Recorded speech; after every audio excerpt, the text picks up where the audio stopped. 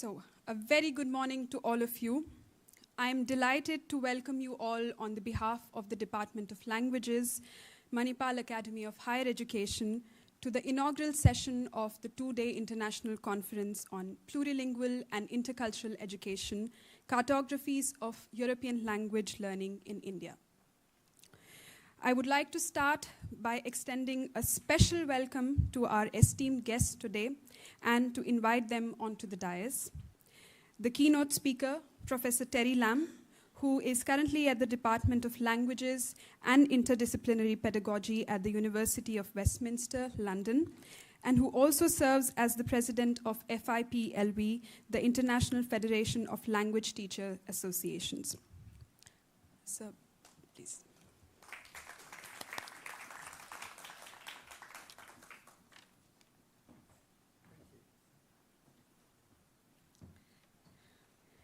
The chief guest, Professor Rajendra Chenny, an eminent scholar of Kannada and English and the director of Manasa Center for Cultural Studies, Shivamogga.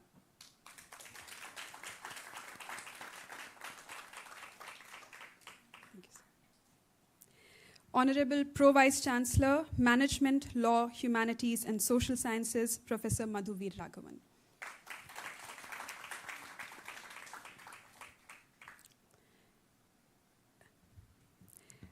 I request Professor Rahul Putti, coordinator of the Department of Languages, onto the dais as well.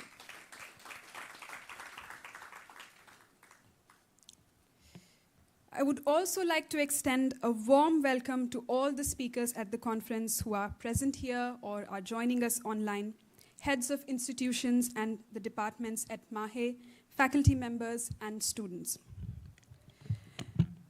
The British author Geoffrey Willan said, "You can never understand one language until you understand at least two." In a country like India and many others in Europe, knowing more than two languages is the norm rather than the exception. Even globally, data from various sources shows that nearly 43% of the people around the world are bilingual and a further 17% being multilingual. This means that more than half of the world's population can speak more than one language fluently. In this context, to paraphrase the Council of Europe's recommendations on the importance of plurilingual and intercultural education for democratic culture, it is crucial to ensure that every citizen has access to equitable and inclusive education and to develop mutual understanding among the peoples, as well as a reciprocal appreciation of their cultural diversity.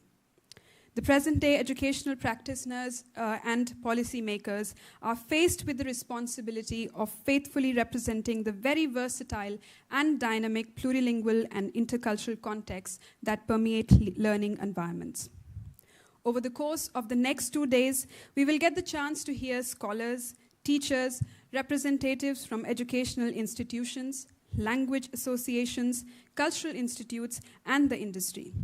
We hope that these reflections and exchanges of ideas broaden our perspectives on language education in relation to India and Europe. On that note, I would like to request our Pro Vice Chancellor, Professor Madhuvir Raghavan, to say a few words.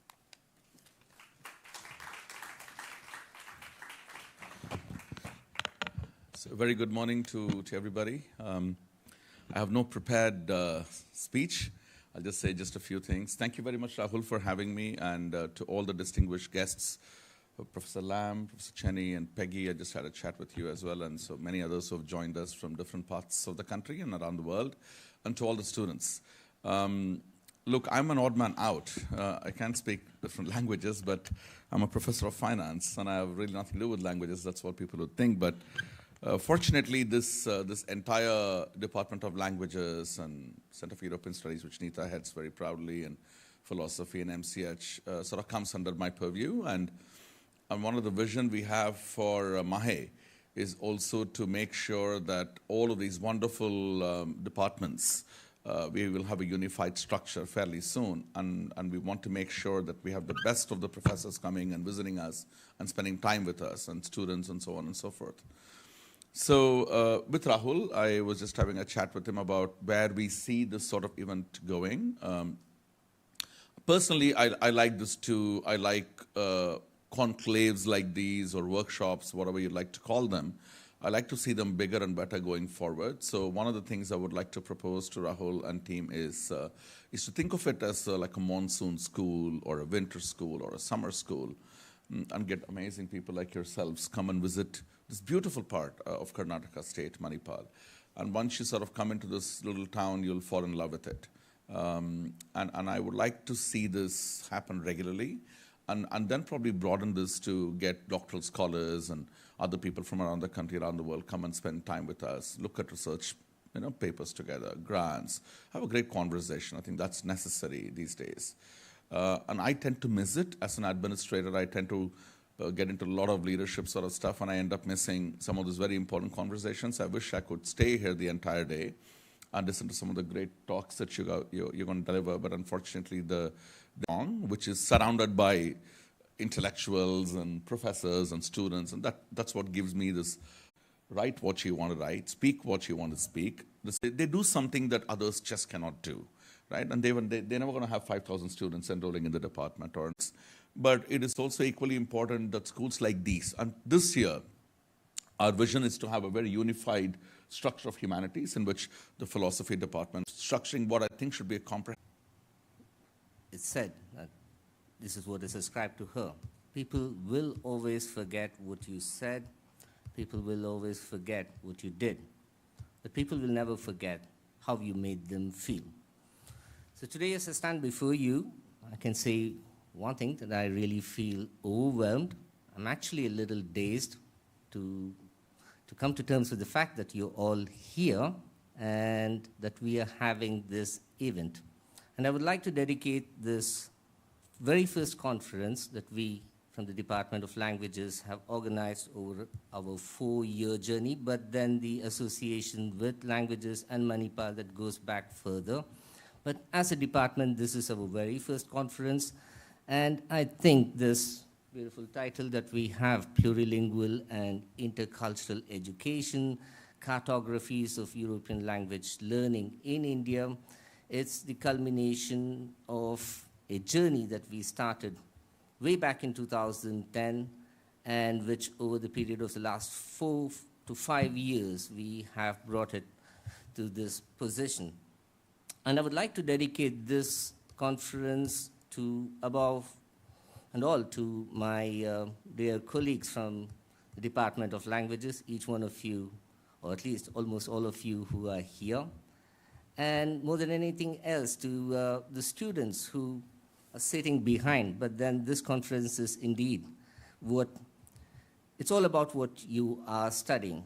And perhaps in a small way, I would like to also dedicate this conference to my mother, because this notion of plurilingual, I realized that as a child growing up, my mother, who is Tamil speaking, but who had just come to Bangalore after having spent 8 years in New Delhi, where she must have learned a bit of Hindi to get along, who had married my father, whose mother tongue is Marathi, but who grew up in Ahmedabad speaking Gujarati, and whose family had settled down in Bangalore for 2 to 3 generations. And some of the things that I remember is that my mother would speak to my father in Kannada, broken Kannada at that time, but would always, in a way, when I must have heard, scold me in Tamil. Yeah? And perhaps it's only fitting that I ought to be the convener of this mouthful of a title that we have here, Plurilingual and Intercultural Education, Cartographies of European Language Learning in India.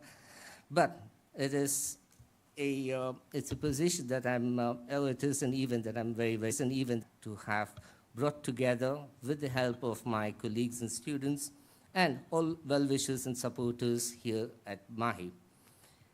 On the theme of the conference itself, plurilingual and intercultural education, although we would be discovering many aspects of this over the next, over today and the course of tomorrow as well, something interesting, as I understand, is happening.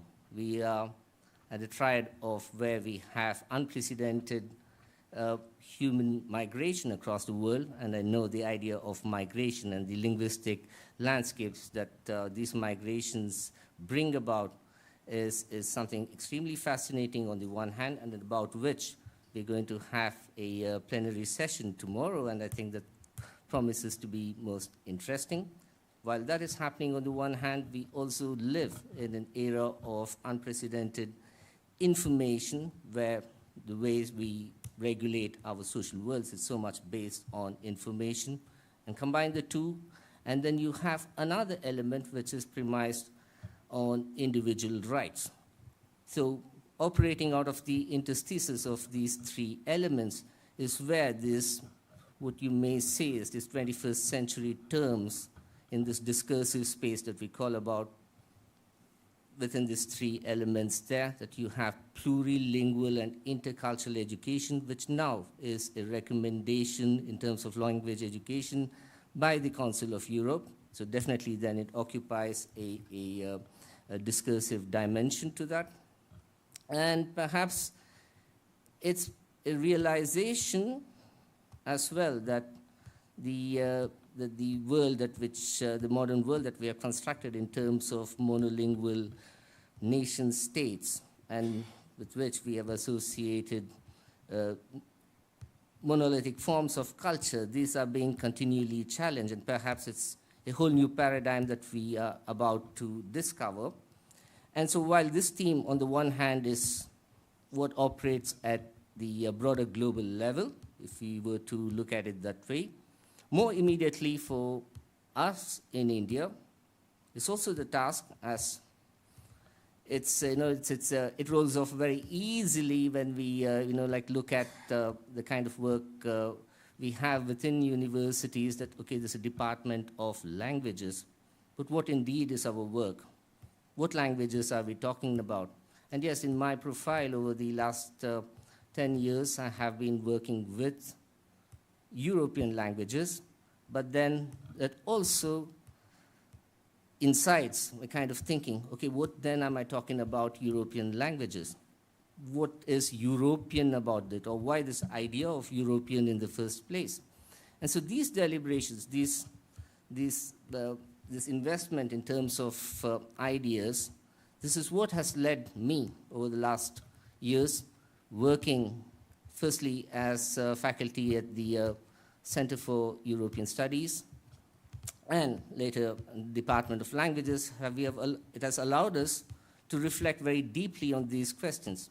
And as a result, the people who are here with us today, and as Professor Madhu said, that people who come from many different parts of the world and from India as well, yeah, you all represent one strand or the other of this diversity, which in some ways have been organically linked to the work we do.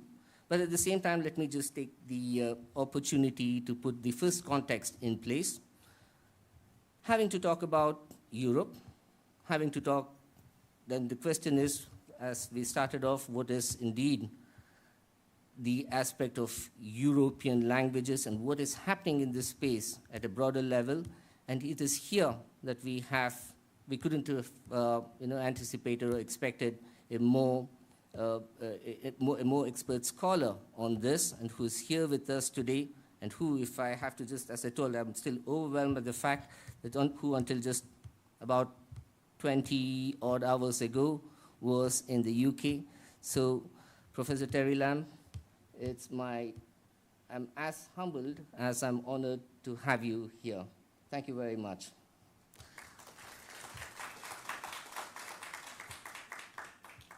And I'm sure, Professor Rajendra Cheni, that I must have somewhat startled you by my request to be part of this event as the chief guest. And I remember you expressing your surprise as well as to, well, I have nothing to do with European languages as such, but let me just put the missing piece of the puzzle here.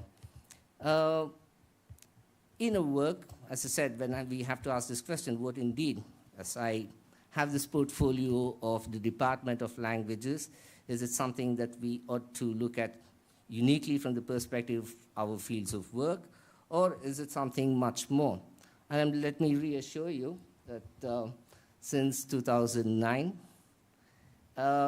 as faculty member of the Center for European Studies, and later in our field of, in the individual department of languages, working with Professor Dita Inamdar, and none of our considerations has ever been devoid of understanding, and in fact, completely allowing this dimension of complementarity to be developed as well. And the context of European languages in India, therefore, is something central. It's not just a term, but it makes it that much more necessary for us to understand what indeed then is the complementarity that's established in the Indian context. And perhaps you may know now why you are here at this stage, but definitely you will see over the discussions that we will have in the subsequent sessions, this will be revealed more fully. But again, it may appear on the face of it that the people we have with us represent only European languages. We couldn't be more mistaken than this. I have right in front of me, as you see, Dr. Oscar Pujol, who is the director of the Instituto Cervantes, but he's also an Indologist and a Sanskritist, and whose work whose expertise is in this field. So it is indeed an honor, and not just that, we have right behind him, we have Dr. Tatiana Shurley. By the way, Tatiana will come back to this idea of Polish as well very soon, who was a Polish instructor here at Manipal between 2017 and 21. Got it right. No, 2018 and 21. But who is actually, like a scholar, who's also an Indologist. So this is actually the plurilingual dimension that is already present that we have. And this conference was a necessity simply for the reason that in trying to map this terrain of European language learning in India, it became necessary at multiple points to ask, indeed, what is this landscape in the first place? And who are the people who work in this? And who are, and what is it that they do? And what we have today are representatives of these diverse aspects of language education itself in many ways. So we have, on the one hand, we have representatives of language and cultural institutes. We have scholars from academia. We have people who also represent the creative industry. And we have also people who bring in expertise of their projects and experiences with multilingualism in other countries. So this is this ensemble, this constellation and galaxy that we have here today. And what is significant about this is that it is, as far as I know, it is the first time that all of us are coming together. So it is indeed a moment to celebrate. It's indeed what we have consciously sought to develop over the last years. And I'm so grateful that all of you are here today. I would like to, ask you to, applaud for the fact that this is for the first time that we see this constellation of people coming together, not only in Manipal, but in India. Thank you very much for being here. And to now move to the aspect of where we, we have to, soon, we start off with our first session on what have been the key developments in European language education over the years. I'll take the time to introduce our keynote speaker.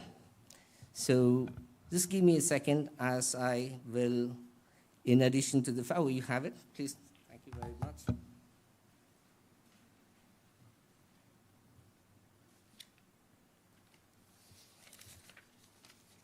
Well, let me also just make a disclaimer here.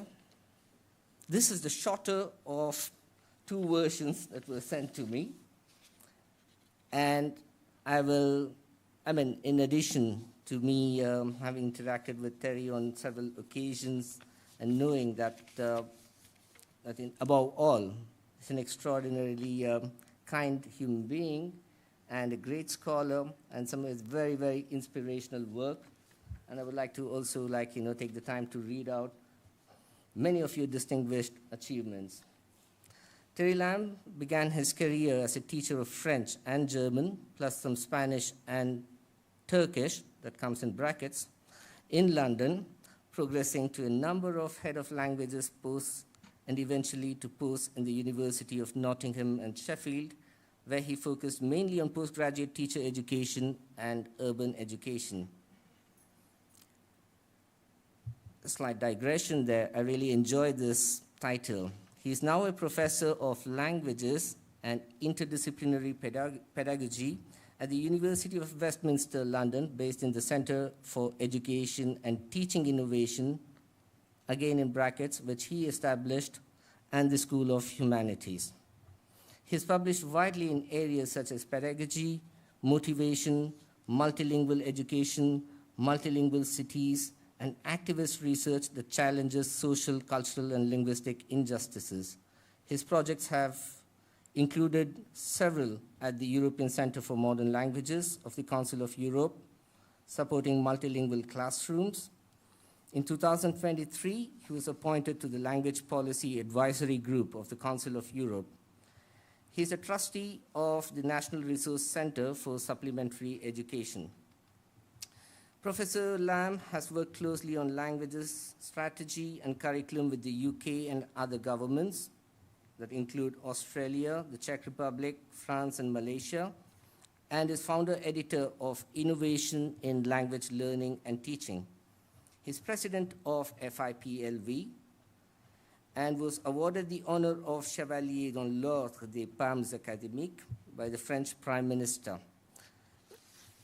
So, it's with great honor that I invite you to deliver the keynote address. But before I do so, let me take a brief moment to thank all people who have supported us in organizing this conference and whose well-wishes have actually made this possible.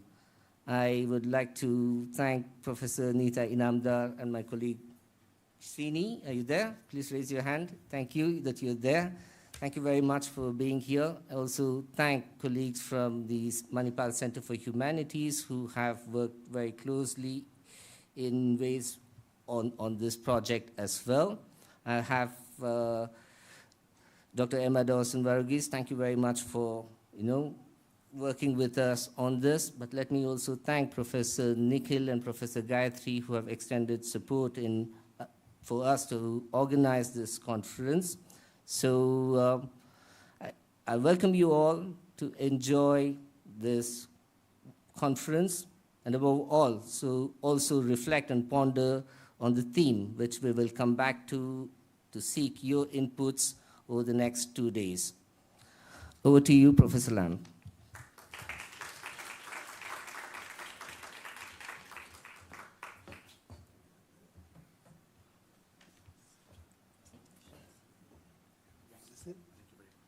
Thank you. Thanks. It's wonderful to hear that.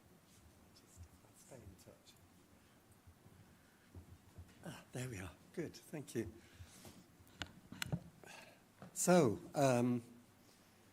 Rahul, thank you so much for that warm welcome and introduction.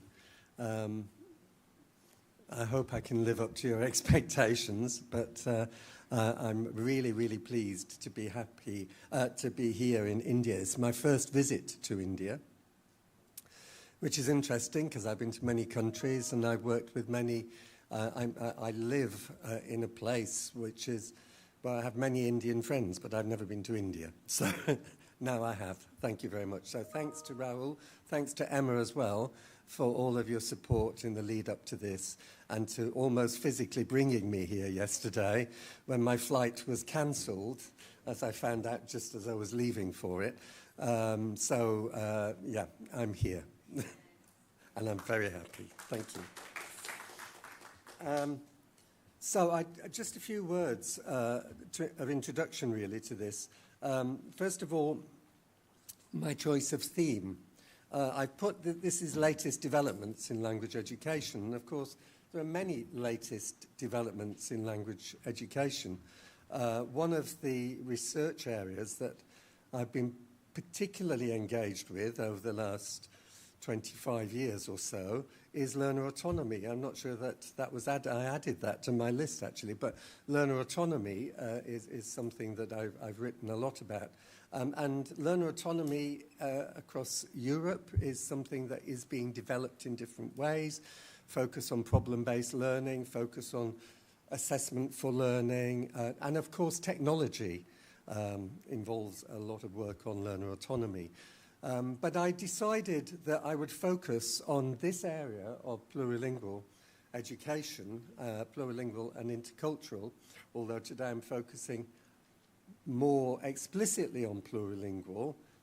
The two are related, and they're related in the Council of Europe recommendation that I'll be talking about, that Rahul's already mentioned.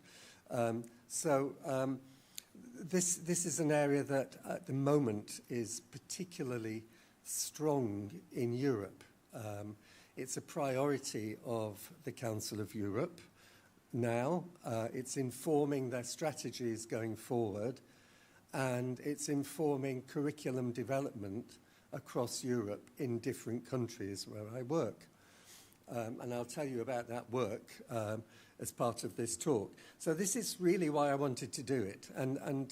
But also, Rahul mentioned that I work on urban education, which is a lot about social justice and inclusion and community cohesion, all of those areas, those critical areas. And plurilingual and intercultural education is a matter of inclusion. It's a matter of social justice across Europe and in many other parts of the world. So this is really why I've decided to focus on this. It's the largest educational, language education initiative in the Council of Europe since the development of the Common European Framework of Reference for Languages, which of course they led on. So that's one thing I wanted to explain, why I'm coming to talk about this and why I'm focusing on this. The other thing I'm not going to do is just present one piece of research that I've done.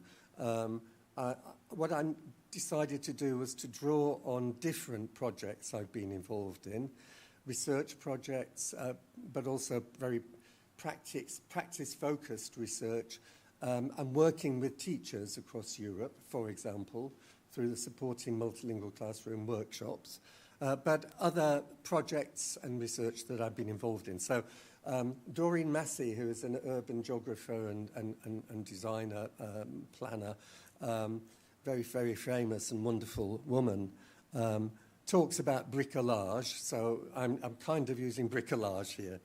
She also talks about the diversity of spaces, and she talks about the thrown togetherness of place.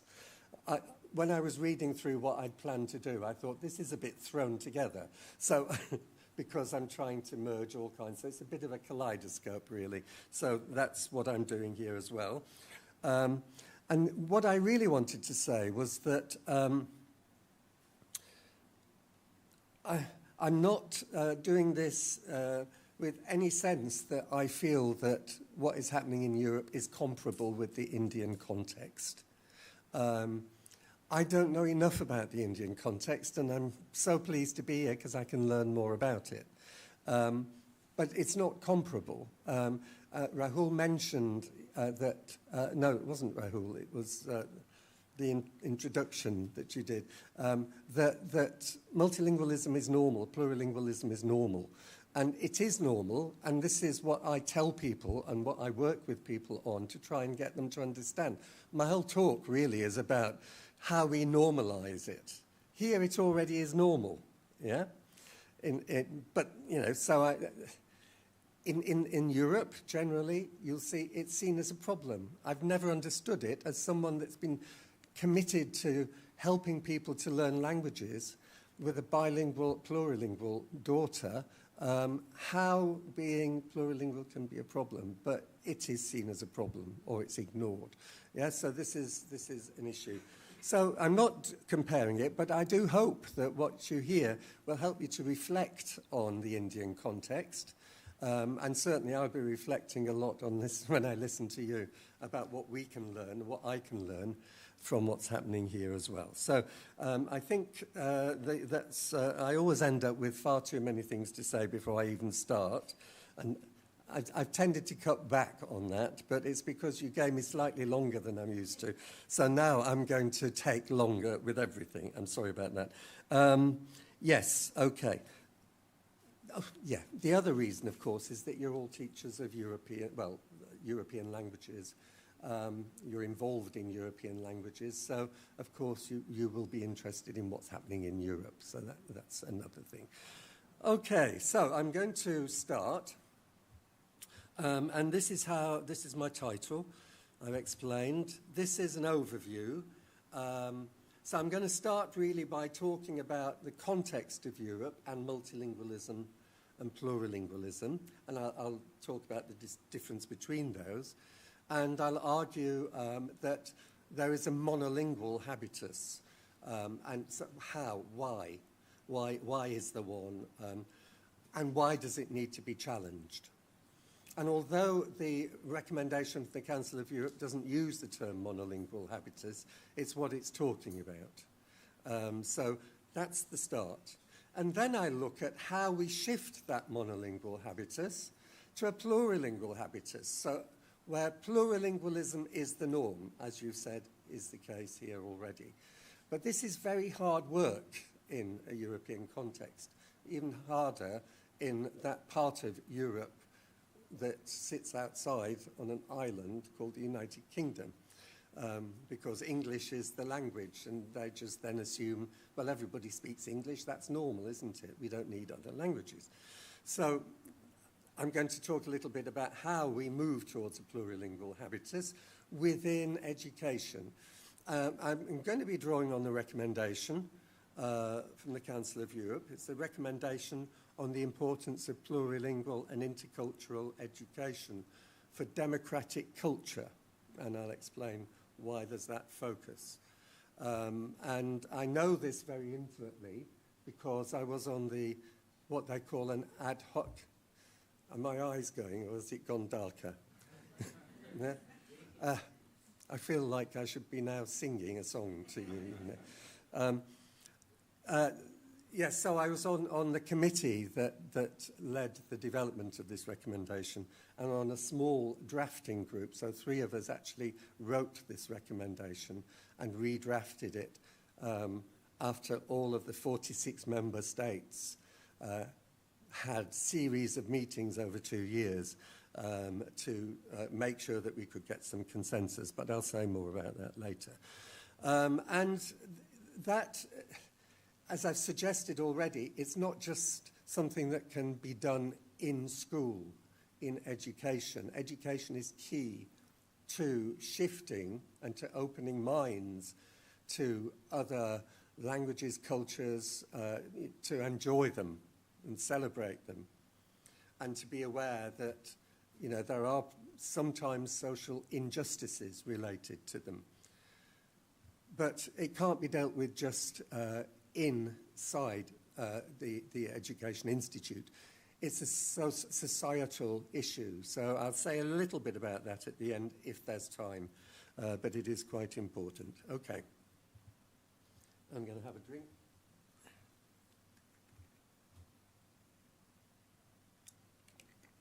So this is the first part that I'm going to go into now. And I'm going to start really by saying something about this concept of linguistic superdiversity. I've written about linguistic superdiversity. You'll get the references at the end of this. And of course, it draws on Stephen Vertovecs's work on superdiversity. And for Stephen Vertovec, it's the notion of a transformative diversification of diversity. So it's not just diverse anymore, it's super diverse. And our cities are super diverse, and you have super diversity all across India. So in terms of linguistic super diversity, I argue that it is about sort of increasing numbers of languages, and I'll show you some examples of this. But it's also the ways in which the patterns, the kind of it's a sort of constantly shifting pattern of diversity, people moving around within the city to different parts or across cities, maintaining links with other countries. It's this sort of, it's kaleidoscopic. So for example, I have some good friends in Sheffield who are Eritrean background who speak Tigrinya, but they also speak Dutch because actually they didn't migrate to the United Kingdom, they migrated to Holland. And then they lived there for several years and then came here. So it's, you know, this is all seen as part of super diversity. So everything becomes more mixed up. And what this means is that there's a move from the idea of being bilingual to being plurilingual, with a whole repertoire of languages that you can use in certain ways. It leads also to a linguistic hybridity, where people mix their languages. So, for example, Williams and Stroud in South Africa, talking about South African cities, talk about a multilingualism of entanglement. It involves translanguaging. Otsuji and Pennycook's work on metrolingualism, for example, in Sydney. This is all about, you know, the ways in which people... When I'm in London, I have a flat in East London, and walking from the tube to my flat, for me, is wonderful, because I'm walking through this sort of bath of languages that I hear, and I hear snippets of people talking in different languages, but talking to one another. And for me, this is just wonderful. But when we get to the schools, it's not allowed. Yeah, so there we are. And of course, this linguistic superdiversity relates to inequalities and prejudices as well, as I'll say. So, I've just said all of that. So just something around the numbers, first of all. You can see here, this is actually from 2015, so it's a bit out of date. But it's... you know, places like London have been multicultural, multilingual for many years. So I taught throughout the 1980s in London schools, and I was teaching multilingual classrooms. Other big cities also are quite multilingual. Smaller places weren't. All of that has increased. European countries, where in many European countries, this is quite new. Yeah, so you can see here there are still some countries in East Europe, if you can see that, where it's, you know, very, very small numbers. These are actually foreign-born only, so these are only people who've moved to the country. But in many East European countries, they are the people who have moved, you know, who are bringing the languages. You know, this is an underrepresentation of numbers. But it's just the point is that all countries are becoming increasingly multilingualism. You'll see there the top score is Sweden. And I was teaching in Sweden 25 years ago. I used to go for a week each year to a university and teach. 25 years ago, I was talking about multilingual and multicultural education and things, and it was very strange for them because there was very, very small levels of diversity apart from one particular area of the city where I was. Now you see that they have more people arriving than any other country in Europe. So this is kind of interesting. This is prior the wave of refugees in 2016 and, of course, more recently from Ukraine. This is a pattern about refugees. I'll just say something briefly about London because it's where I started my professional life and where, you know, that's the reason why for well over 40 years I've been trying to open people's minds to other languages, to learning them and to accepting them and valuing them. So you'll see here there used to be every 2 years a survey of the languages in schools in a London Education Authority that I worked for. In 1983, there were 149 languages. 1987, there were 184. And then the authority was disbanded. Margaret Thatcher didn't like it because she thought it was too left wing. So there were no more surveys until 2000, where they found over 300. Now, that's 24 years ago. There hasn't been another survey since. But you'll see that the numbers are increasing. This is a sign of the super diversity. 2018, I found this statistic, 54.4% of 10, 11-year-olds are speaking another language at home. They're bringing another language with them. They're plurilingual. This is the part of London where I live. When I'm down in London, you'll see there, this is not the most diverse of boroughs, London boroughs, but it is still very diverse. You'll see that 49% of the children in schools speak another language at home, which for me is brilliant and not a problem at all, but everyone seems to think it's a problem. You see the range of languages there, very interesting, strong numbers of Lithuanian and Albanian, and I work with those communities quite closely. So what I've said about using a range of languages, I just say clarify my concepts here of multilingualism and plurilingualism. I'm not sure if anyone knows the difference. I was going to do a bit of audience participation, but I can't see you, so I won't. I'll just carry on. Because I can't see it. It's fine, don't worry, it's all right. I'll just carry on. So, multilingualism, this is a multilingual, if you're a class, a multilingual audience here. Yeah, you bring a whole range of different languages with you. So we can talk about multilingual classrooms, multilingual schools, multilingual cities. Yeah, so it's where there are a lot of languages being spoken or used or coexisting. The European Union, the European Commission, which is the part of the European Union that I work most closely with, the European Union is not the same as the Council of Europe.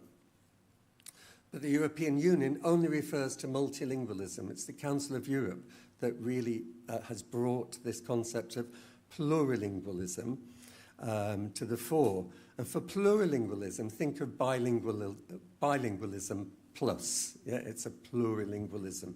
So it's on an individual level much more. And it involves this kind of dynamic linguistic repertoire. What's important is that it doesn't expect you to have the same level of competence in all of the languages that are part of your plurilingual repertoire. You may only know bits of it. You may only know to be able to read it and not do anything else with it. But it's all part of your plurilingual repertoire. So this is, it's uneven, it's changing constantly. But what it also argues is that our languages are not in separate parts of our brains. They actually all come together in our brains somewhere. So we have this single interrelated repertoire, and they combine with our general competences to enable us to do things, such as learn. Yeah? So when we hear that people are not allowed to use more than one language in a classroom, this is actually not really helping them to learn as well as it would if they were able to draw on their full plurilingual resources. So this is the concept of multilingualism, plurilingualism, and it's the plurilingualism that we'll be focusing on a lot in this talk. So all of this is reflected in the recommendation that I've mentioned. It was approved by all 46 member states, and it's a recommendation from the Committee of Ministers. The Committee of Ministers of the Council of Europe are actually all of the foreign ministers of the member states. So at the time of this, our foreign minister was Liz Truss, who eventually became prime minister for a very short time and who sent us into economic chaos. But she agreed on this, she approved. So one thing I can say positively about Liz Truss is that she approved this. nothing much has happened with it in the United Kingdom, which is what always happened in the European Union as well. By the way, language teachers in the UK are always pleased to hear about the Council of Europe because they thought it was the European Union, so we weren't members anymore. And, so I did a presentation in Sheffield last year for our national association. And yes, they were so delighted to realise that we're still part of Europe through the Council of Europe. So it's bigger, it's older, etc. But the Committee of Ministers did this. I actually took it on myself to contact a friendly person in the House of Lords, because I do engage with the all-party parliamentary group there on modern languages, who very kindly agreed to ask a question in the House of Lords about the recommendation. It was very clear that people didn't know what a recommendation was, but that's the United Kingdom for you. Anyway, so a recommendation is developed when the Council of Europe has recognised a particular problem that needs to be addressed, and they decide that it's serious enough to actually develop a new policy instrument, but also not just to put it on the political agenda, but to make sure that resources are made available within the member states to address the problem. So it's not a law, it's not binding, but the commitment to signing it means that some action is expected. So what was the problem that this was meant to address? Well, there are two parts. So remember, it's plurilingual and intercultural education, and then for democratic culture. These were the two areas of concern to the Council of Europe. The first one is a tendency to think that proficiency in one additional language is enough, as long as that language is English. Yeah? So this is, we have teachers of various European languages here. Teachers of European languages other than English in Europe are distraught by the fact that, their languages are disappearing from schools. So this was one key problem that drove this. So I thought this really would connect with you. And secondly, the growth of populism across Europe, which suggests that the proficiency in minority, and particularly what they call migrant languages, although we're all migrants, aren't we, if we go back far enough, is increasingly widespread, and it's harmful to societal cohesion. So in other words, we don't want to hear those languages. You need to get rid of them because they're not good for society, they're not good for you. Yeah? So this is the heart of the Council of Europe's issue. And then they see that as part of democracy, and they relate to one major concern, the backsliding of democracy. Yeah, those two. And this was the Secretary-General of the Council of Europe wrote this in her report. She referred to the backsliding of democracy. And the Council of Europe really believes that the development of plurilingual and intercultural competencies, education, is central to shifting that. I did a presentation on this in Dublin last year, and the teachers were delighted to realise that they have another way of encouraging their schools to promote their languages. It's not just about getting a job. There's more to it. And we can talk about culture, and that's also really important. But this idea of it actually being quite central to democracy in many ways was very pleasing to them. Why the Council of Europe, then? Well, the Council of Europe, I've already said that bit there, The essential mission of the Council of Europe is the promotion and protection of human rights, democracy, and the rule of law. And it was set up after the Second World War to try to prevent similar activity, which is why it really keeps its finger on the pulse of democracy, of populism, all of those areas of social justice issues. So this is why it's important to the Council of Europe. And this is why this recommendation, the focus on plurilingual and intercultural education, is so central to the drive in terms of development in language education in Europe. Intimately related to notion of democracy, this is from the recommendation. The purpose of the recommendation, you'll see it states explicitly, the efficient functioning of democracies depends on social inclusion and societal integration, because they lead to a respect for and engagement with linguistic and cultural diversity, providing access to decision-making, to life for everyone. And this sees that the implementation of plurilingual and intercultural education is crucial because of its importance for personal and professional development, equity, societal integration, the exercise of human rights, and participation in democratic culture. Yeah? So that really brings home the link with democracy. The reach of this recommendation, and the scope of it, and the ambition, it's the most ambitious recommendation that has been produced so far by the Council of Europe with regard to language. They've had some which have focused on just, for example, the language of schooling. I'm not going to go through all of these, you can see, but you can see there the links. The bits that I put in blue really are the ones that I'm looking at more carefully today, but you'll see also number 6 is about learner autonomy and valuing the learner's voice as well. So, this is also part of that drive.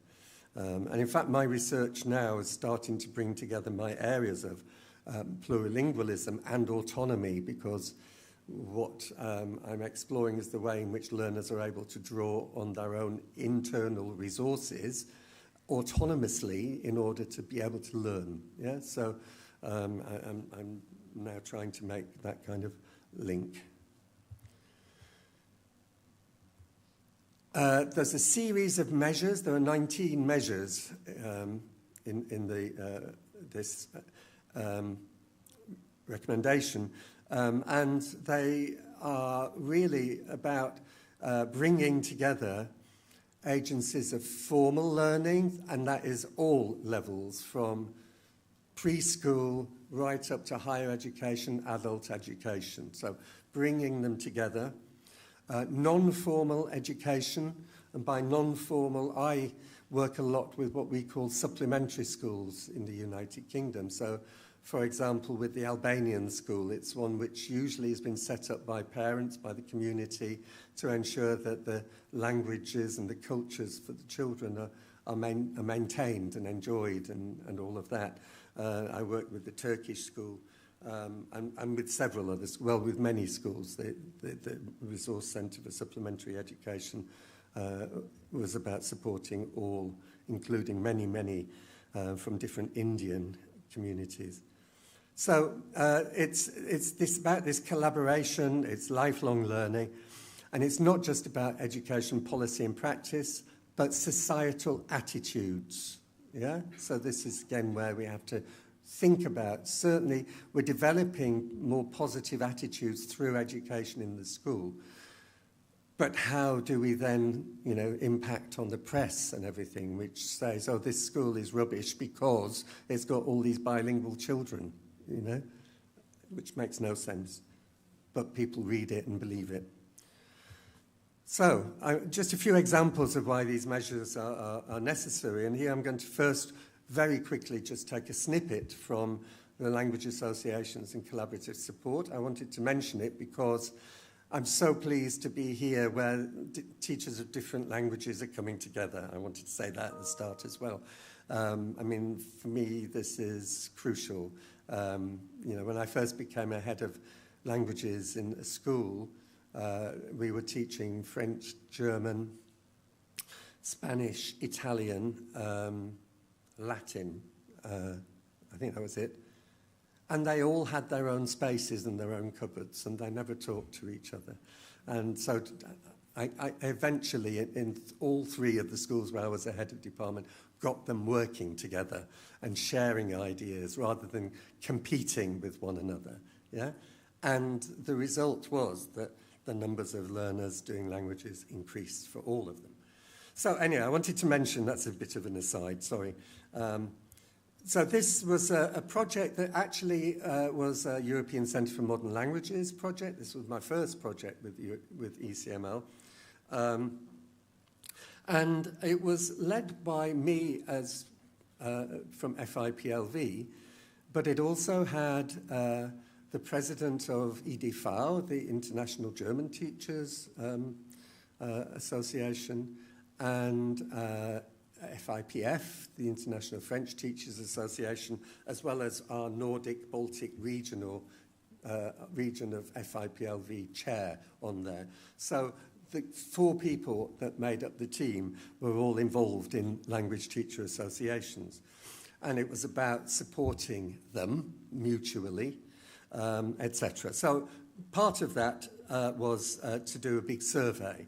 Now, this survey was done about 14 years ago. This year, I'm hoping to redo the survey and see what changes have happened in the meantime. But already in 2010, I think, this went out. You see, the project ended 2011. One of the key areas was that it's important for language teacher associations to have language teacher associations because they can try to influence policy. And if they bring together different languages, it's more voices that are going to be heard. So this is, as you can see, this was from the French Teacher Association in Russia. And, you know, there we see they're saying that it's essential that the authorities try to put into practice multi- and plurilingual programs because that would allow them to replace the attitude of instead of, so if you're going to do French, you're doing it instead of English, which would, of course, never happen, with next to, alongside, so you can do more than one language, yeah? So that issue there was about, you know, the need for more than one language. I think I must have removed the first sentence that mentioned English. This is another one, again, French Teacher Associations. The first one I'll mention quickly. Again, it's the strong influence of English. And, you know, so the ministry is only interested in one foreign language in Argentina, which is English. So, and when I asked about main challenges, the first one that came up was decline in language learning generally, and then specifically to languages that are losing out because of the challenge of English. So this is, you know, part of this. This is kind of really showing what the recommendation was talking about, what the Secretary General was talking about. Okay, so that's one aspect. Focus on English. The other one is about the social justice issues, also focus of English. So if you remember, I've just shown you the numbers of different languages in schools in London alone. And then I see these kinds of headlines, persistent deficits in foreign language skills, British worst at learning languages, not very good language learners, British people not good language learners. The UK is linguistically backwards. Our dwindling language skills are a disaster. Very strange, because we have so many people who have so many languages that they can do all kinds of things with. Yeah, so, you know, this is why I put those questions. Which languages they're talking about, and which British people are they talking about? The British.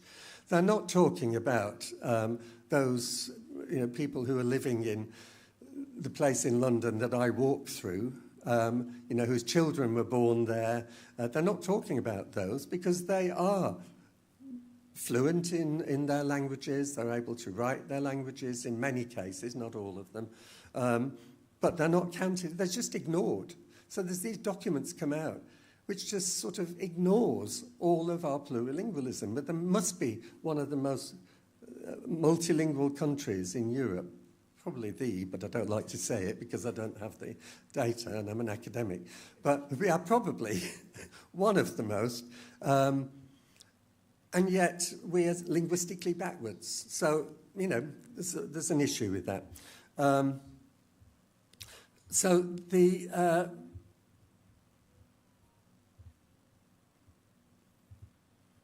This was 2000, the Nuffield Languages Inquiry, a major inquiry by Nuffield Foundation that actually led to the first national languages strategy that was developed by government, and I was on the steering group of that languages strategy that was published in 2000 that lasted until 2010 when there was a change of government and it disappeared. But this particular Nuffield Foundation has the voice of government because it's all about science, it's about STEM. But this report was amazing, and it talked about this linguistic diversity, yet the multilingual talents of UK citizens, in the middle, are under-recognised, underused, and all too often viewed with suspicion. Well, yeah, this is certainly the case, and we can see, you know, in recent years it's still the same. Oh, right, yes. The next one is a hard one, but it shows why we really do need to address this, because this, in the end of January 2020, which was the day that the UK officially left the European Union, this Happy Brexit Day poster was put up on all the floors of a block of flats in Norwich, actually. And you can see this statement, which I can't voice it. You can read. Can you read it? Yeah? I mean, it's just horrendous. You know, if you want to speak whatever it is you could speak, then go back to the place you came from. Yeah? You know, the United Kingdom had not quite been like this. I mean, there was always a tendency, but Brexit seemed to bring it out more.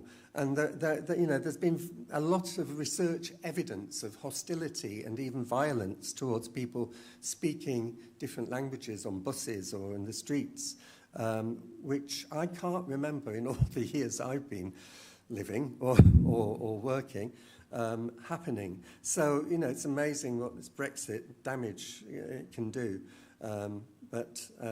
Anyway, yeah, so it's certainly, you know, when you see that, it shows the justification, really. It's the justification for this recommendation, bringing this out into the open.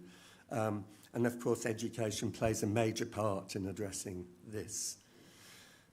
So that's UK. What about mainland Europe? And I'm still looking at, you know, why this recommendation is important, looking for examples of what the Council of Europe sees as the problem. This is the European Centre for Modern Languages. I'll be there in a week and a few days. I'm going to just say something about supporting multilingual classrooms, because I'm going to draw on this now through the rest of my talk. So supporting multilingual classrooms is called a training and consultancy activity. And it's funded, the European Centre for Modern Languages is the European ECML of the Council of Europe. It's part of the Council of Europe. The Council of Europe is in Strasbourg. So I was there 2 weeks ago for the policy advisory group meeting.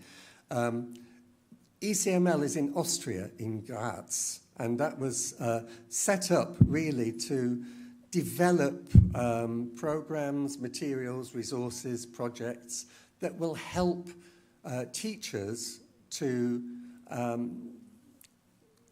you know, to sort of engage with the policy and to put it into practice. Yeah? So it's a very practical tools.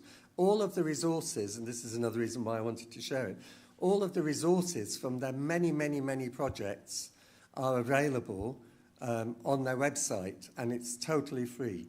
Yeah, so all of you can just spend 6 months exploring it because there's a lot there. You can search for things. I'll show you a few projects actually that you might be interested in.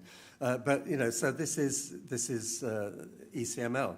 But this particular activity is co-funded by the European Union, which is quite rare. They're actually co-funding this particular one. And that's because they recognise the rapid increase in the amount of multilingualism in classes across Europe, and particularly in countries that are not used to it. Yeah, so they see this as very important. And there's a team of us. We also develop resources for teachers in schools who are receiving Ukrainian refugees, and we did a webinar for that. So there are 4 modules. I'm only going to say this because you can see that we don't just work with language teachers, and by language teachers, it's not just foreign languages. So if we look at Romania, it's the Romanian curriculum. So Romanian on their curriculum is for all Romanian children. It could be Romanian as a second language as well. But we would work with the people teaching the language of the school, of the country. But it can also be the heritage, the home languages, and it can be regional minority languages. So, in Albania, for example, they have regions which speak Macedonian or Greek, for example. So it can be any kind of languages, and we've done workshops with a whole range, and some usually mixed up, which is great, because we want them to talk to each other.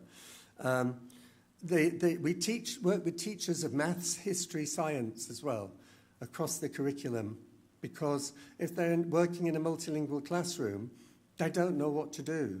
They don't know how to communicate if the children are not proficient in the language of the school. Yeah, so they very often just get very, very stressed about it and don't really know how to deal with it.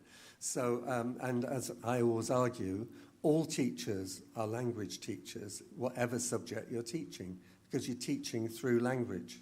Yeah, and we do a lot in our workshops to show that actually, when we're talking about supporting children who speak a different language at home, with the language of schooling, through scaffolding strategies, through all kinds of ways, actually we're supporting those children who do speak that language at home, but maybe not from a background where they're used to academic language, which is needed to do well in the exams.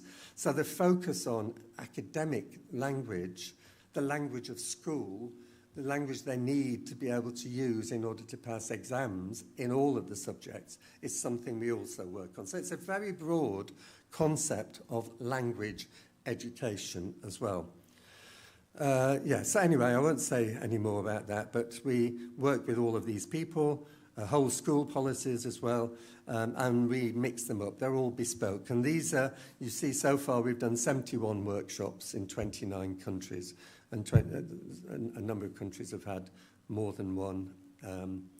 The Slovak Republic, for example, has had a couple in recent years because they were on the front line for receiving Ukrainian refugee children. So, and when I'm talking about what people say in the workshops, we research these workshops as well. They're based on research, but we're also researching and evaluating the workshops all the time. So it's based really on all of these workshops and we follow up 6 months later with what they've been doing, etc. You'll see that the Council of Europe extends beyond Europe, actually. Armenia is there too. So I'm going to just illustrate this problem by one activity that we do early on in our workshops, where I ask teachers in groups to talk about which languages can they find outside the school where they are, and they'll be from different parts of the country, so that's interesting to them because it will vary. So that's the first thing. But then I asked them this second question: what languages are visible or audible in your school and inside your classroom? And what views do your colleagues hold about this? So this is really interesting because, sorry, I don't want to do that. Because what comes out of that, and it's consistent really, people may say, if they're teaching small children, well, sometimes I ask them how you say hello in your language, yeah? But not very common. Certainly not the secondary, the high school level. More often than not, they will say, oh, we don't, they're not allowed to use their language in our school and in our classroom. And in some cases, there's a school policy that says exactly that. You must not allow children to use other languages. Some will say they might use it in the playground. Some will say they're not allowed to use it anywhere. In fact, I did a workshop in Brussels in November for the Flemish-speaking, the Dutch-speaking community, part of Belgium. Just before, I was told it was the ministry usually invites us to do these workshops. That's how they come about. It's usually by invitation from the ministry. And the ministry said, oh, we need to change some of the titles of your sessions because they can't refer to multilingualism or plurilingualism. And I said, but the workshop's about multilingual, supporting multilingual classrooms. And they said, yeah, but no, because our Minister for Education has just announced it's the year of Dutch, and children will not be allowed to use any language than Dutch in schools and in the playground. So I did the workshop. Of course, the teachers thought it was a lot of rubbish anyway, so it was fine. The workshop was lovely, but yeah, but this can be found, yeah, this ban. So that's what we most commonly find. Don't want that. The other reason will be that teachers will think that, well, they need to learn the language of schooling, so they're better off not, forgetting the other one because they need to, learn this one. So it's that idea of, subtractive bilingualism, whereby in order to learn another language, you need to forget one, rather than additive bilingualism. This is, what teachers are thinking, and school principals are very often there as well, advisors. So they think, that this is the best way of them learning the language of schooling is just to use that. And they're concerned that they won't be able to speak any language properly. They talk a lot about code switching, which, we sort of refer to now more as translanguaging. It's a bit different. They don't like that either. So, the next reason they give is that we don't understand what they're saying if they're working in a different language, so we don't know if they're working. So that's another reason. And I could say a lot about that, but I'll move on. But these are the issues that crop up most frequently across all of these countries. And of course, we know from research that all of those are myths, yeah? That we don't need to lose a language in order to learn another one.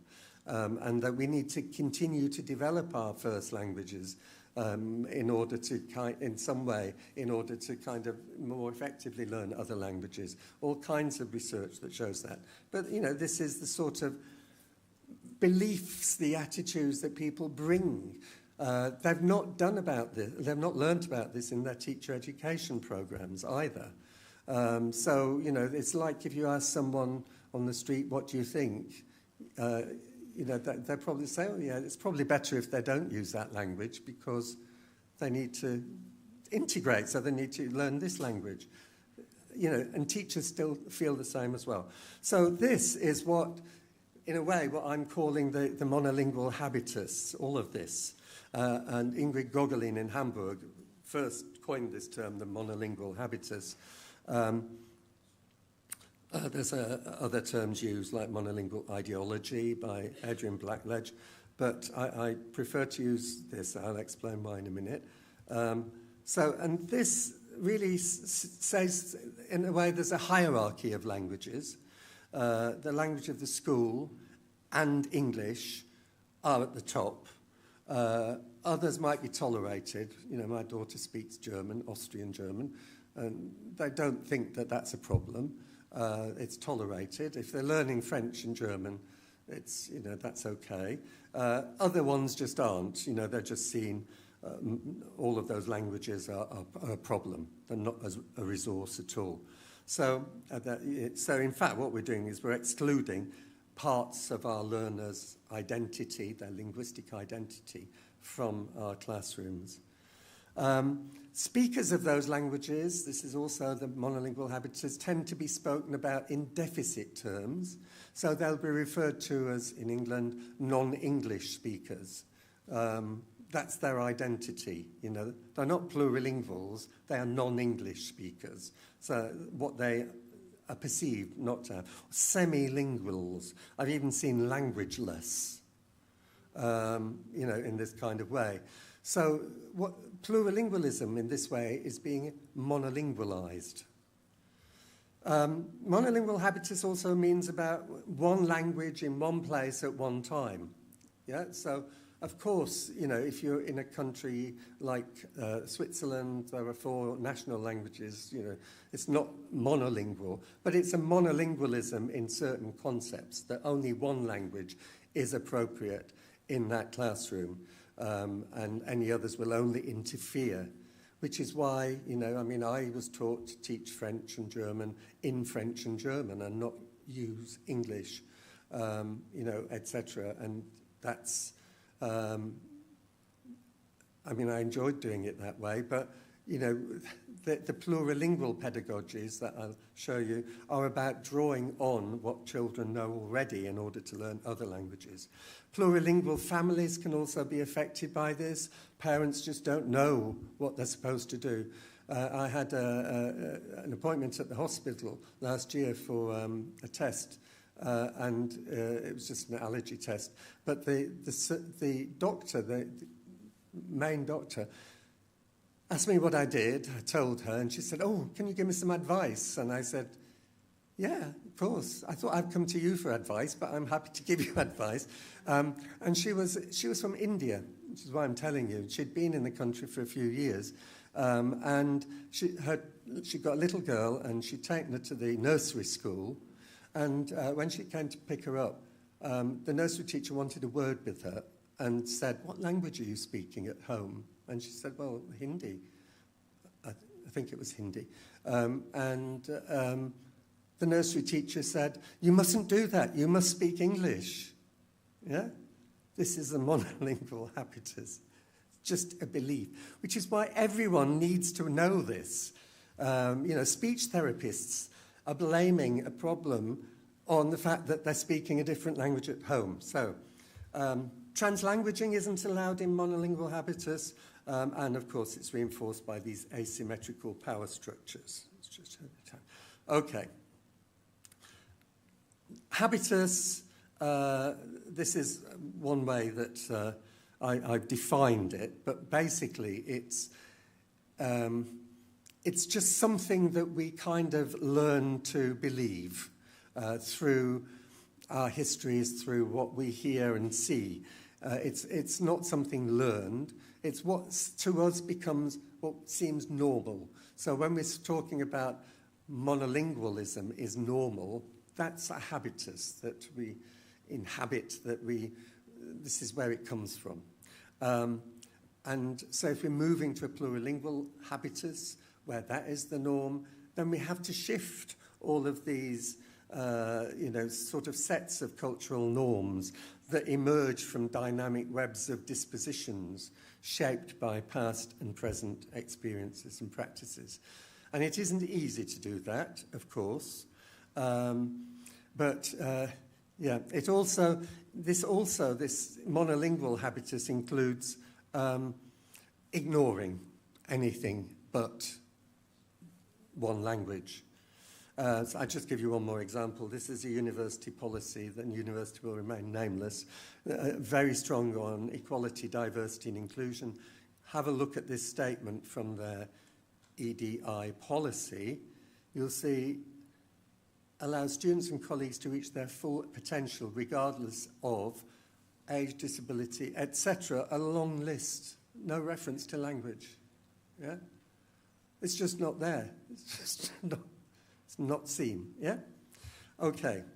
So, how do we move then to a plurilingual habitus? It's hard, but the reason I use habitus, which of course is from Bourdieu, is because he gives us ideas about how to challenge it. When he says, to change the world, one has to change the ways of world-making. That is the vision of the world and the practical operations by which groups are produced and reproduced. You need to just think about that a little bit. So easy, isn't it? You just got to change the way world-making. No, but what he says is it requires changes to the education system, to teacher training, to curriculum, and wider society. So the recommendation, I'm not sure, I mean, certainly when I was working on drafting it, nobody said, oh, you have to include Bourdieu. But it's certainly, it's Bourdieusian. The vision has to be a reality. It has to be something that's real, yeah? Well, it is. It's there. We just need to do something to shift the ways in which we proceed. We are multilingual places. It needs to be visible. Well, as we've seen, it isn't always visible. It's visible in certain neighbourhoods, yeah? But also it involves knowledge. Plenty of knowledge, but people don't know the knowledge. Yeah, so we have to address that. So these are the kinds of things that we deal with, and there's a bit more too about the marginalised groups themselves can play a part in this, which is another area of my work that I don't have time to talk about today. But so looking at that, let's have a look how we do this. So in our workshops, we deal with myths and facts, yeah? Once they've come up with all of this, where you know, they can't do that because they won't learn this. This is a very simple quiz. You can use the QR code if you like, but it's in an ECML project. Very easy. There are more complex ones. This is very quick, 9 questions.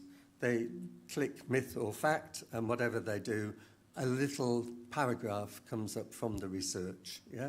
Then there's directions for going deeper into it if people want to. So it's a way of sort of exposing, because teachers don't have a lot of time for reading lots of research, so we need to help to communicate it. So addressing myths and facts. It's from the ILI project, this one, which is about young learners, early language learning.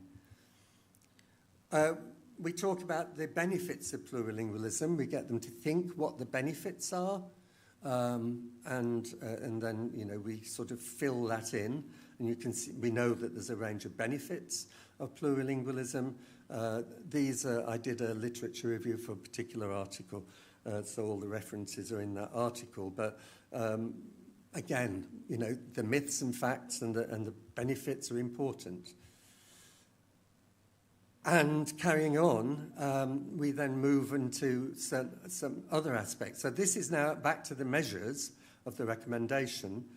One is exploring ways of including home languages, signed as well as spoken, that are not part of the official curriculum in the educational process, and where appropriate, providing formal recognition.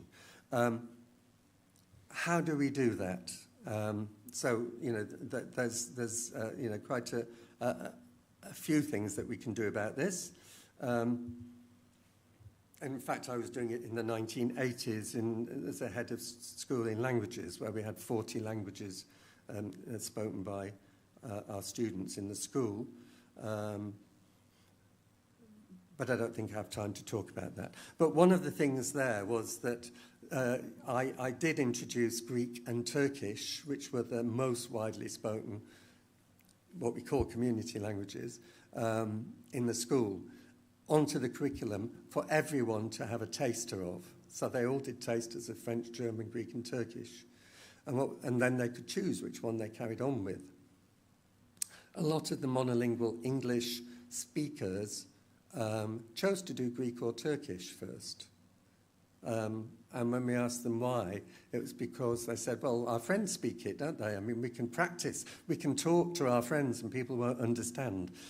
Or we see it in the shops, So they're surrounded by it. That's normal for them, yeah?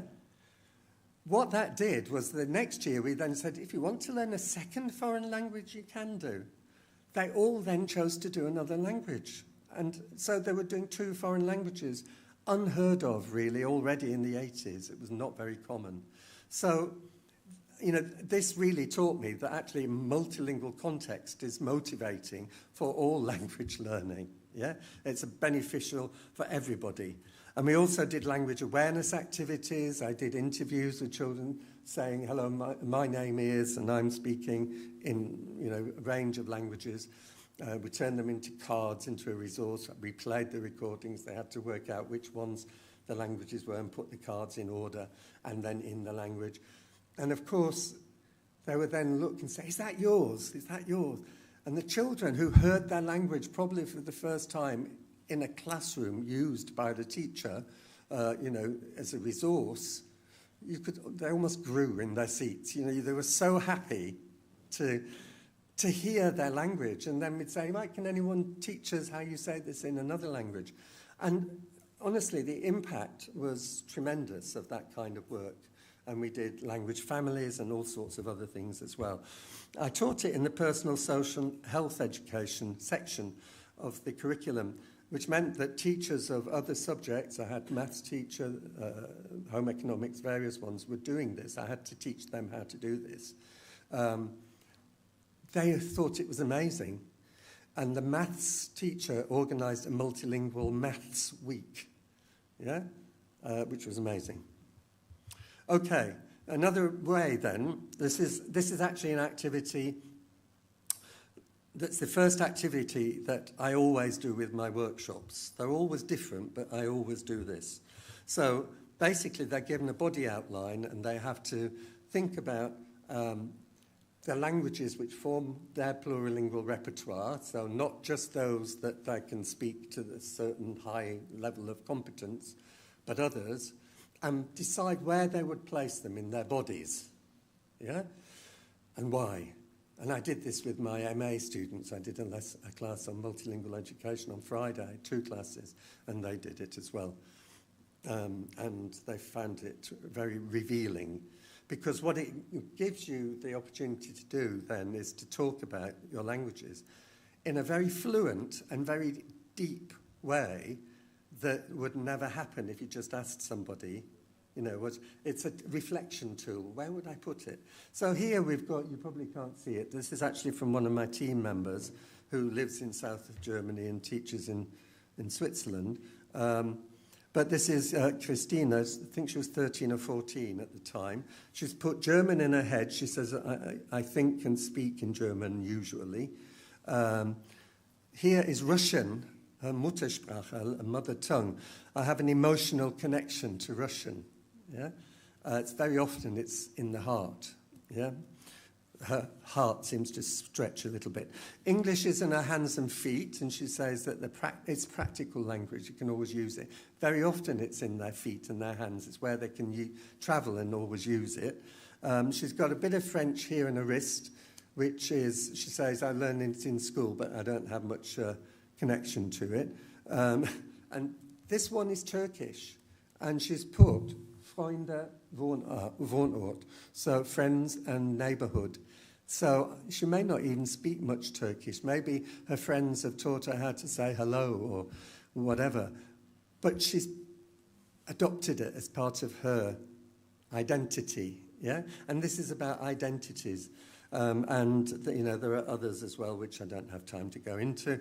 I will say that this girl here has put Italian here because she likes Italian food. So she can say spaghetti and, but it does go down to one of her legs, and don't know why. But the green is is Schwäbisch, her dialect. Yeah. So again, the importance of our varieties of languages, and there are lots of things you can do with that in class. You can write about it. It's part of a sort of portfolio and a linguistic autobiography. Sometimes I just give them a blank piece of paper, or say, draw a landscape or something. This one's wonderful, and it's voiced over as well, but I won't try and play it now. Different ways you can do it. All of these can be found in this project, the Maledive project, which is another one that I did work on, which is about bringing in the students' plurilingualism into our lessons. It focuses on, for example, the English curriculum in England, the French curriculum in France, and bringing in the diverse languages into that. But these activities are useful for all. And there are myths on that as well. Another project that has this activity is one about plurilingual and intercultural learning through mobility. So it's for preparing students if they're going on a trip somewhere else, things to do before and during and after their trip to another country, to live there. We can make them visible in the school through displays, through exhibitions, of course, yeah,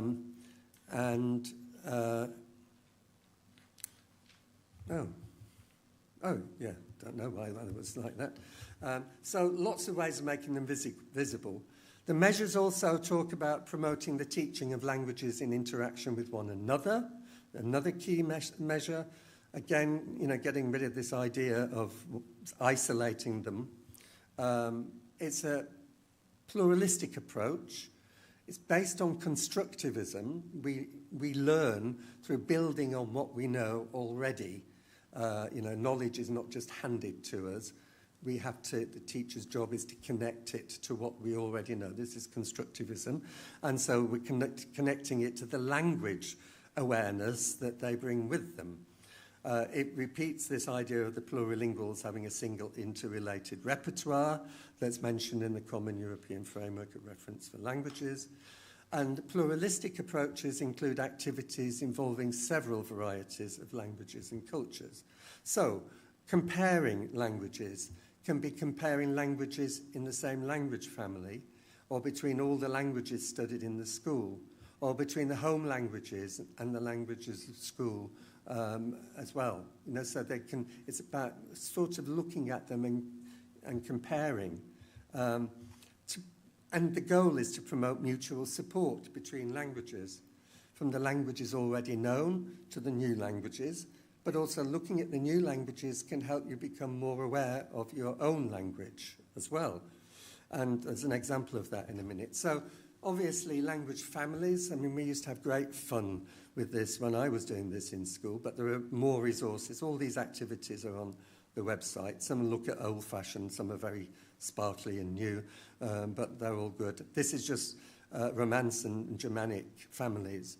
We did activities with Slavic languages when we was in work in East Europe. And in the Slovak Republic, it was 2 months after the war had started in Ukraine, and first face-to-face one after the pandemic.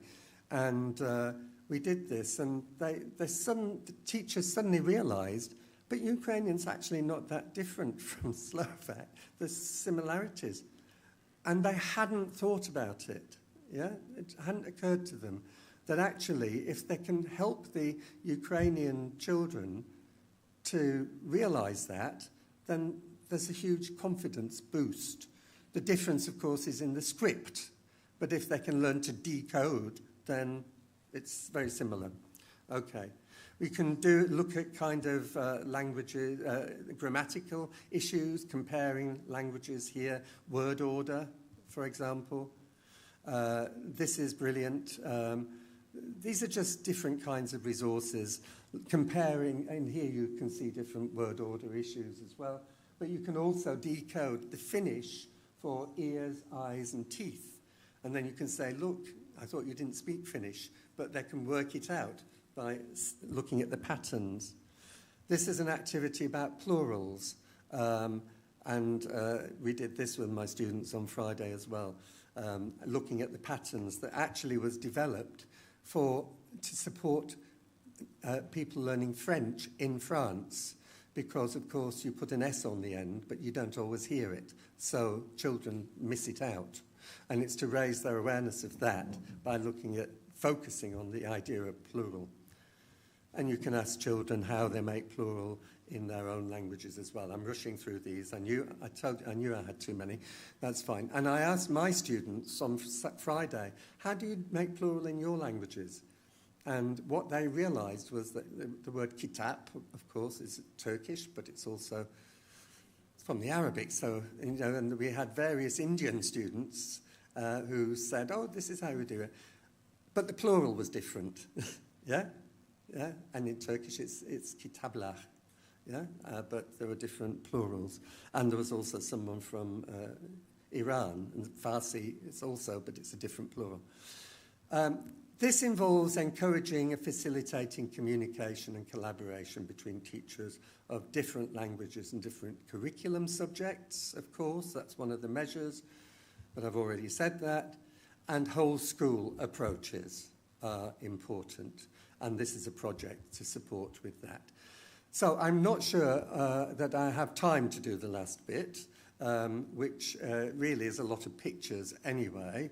But one of the ways in which I have done this, and it's just a reminder of the measures that says that, it is about changing societal attitudes. It's about engaging parents, yeah?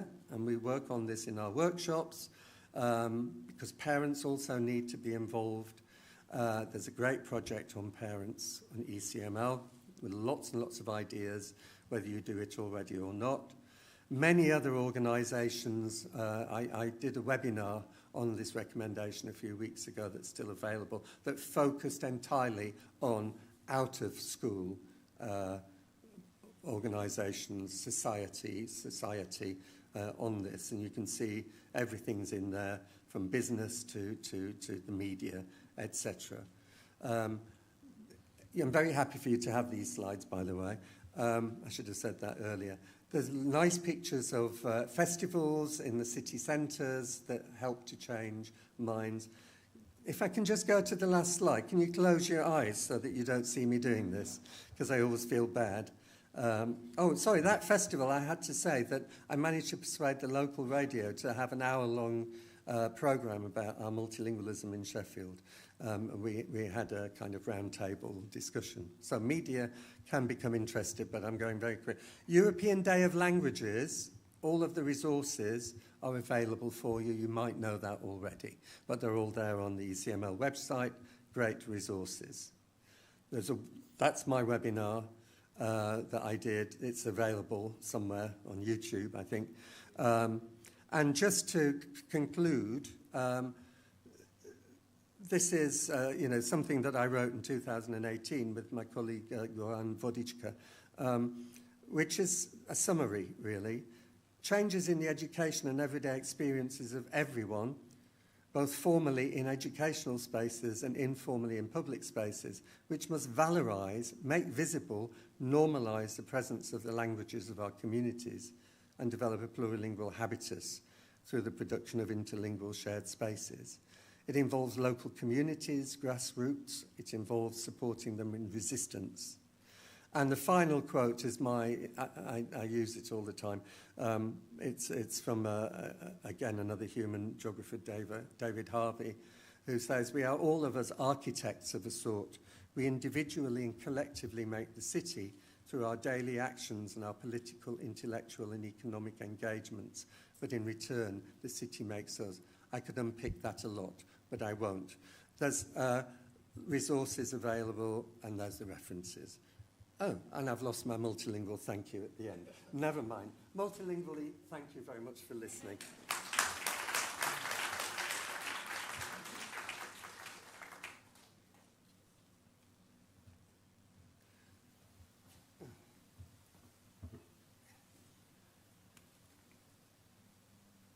Yes.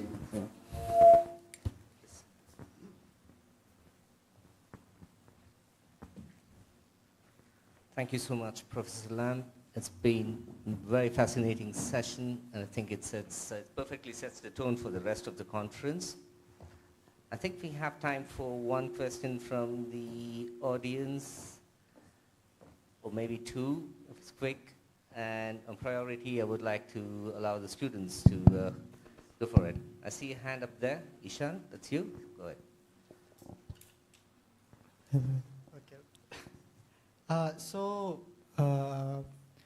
I wanted, this was mostly about Europe, but I wanted to relate it to the Indian context. You talked about multilingualism in the classroom and how it is often considered that children who prioritize to be multilingual can end up confused. Right, so in the Indian context, what usually happens is that because the language of the academia, learning English is a sine qua non, so it is essential. And at least the students who study in English medium schools, it is prioritized for them to learn English, and more often even their mother tongue, which is the main language of the state, even that is discouraged. And this ends up with people who cannot properly read or write in their own mother tongues, and they cannot speak English properly either. Right, so would you not say that that is like a point of confusion? Mm-hmm. Thank you very much, and thanks, that's really interesting. And actually, some of my students were talking about this on Friday as well. It's an excellent example of how important it is not to exclude languages. And as you said, they don't develop competence in their own home language, academic ways, and it doesn't help them to develop the other language because they need to continue developing their first language. So that idea that, it will be a process. People will mix languages, and they do it very often strategically as well, and I'm sure you will all know that. Sometimes I've taught a lot in Malta because we taught masters and doctoral students there when I was at Sheffield University, and they would all translanguage all the time, and if I walked up, they'd just go to English. And of course they do that. But that's a myth that causes them to mix their languages. It's just a natural process, and they will learn to do it creatively.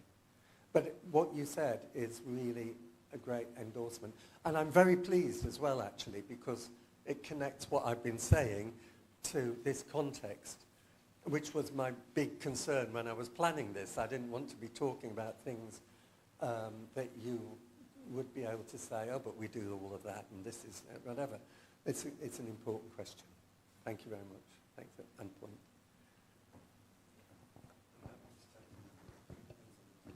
Do we have the time, Aditya, if you're on, do we have the time for another question? Or should we? Maybe a short one. A very short one?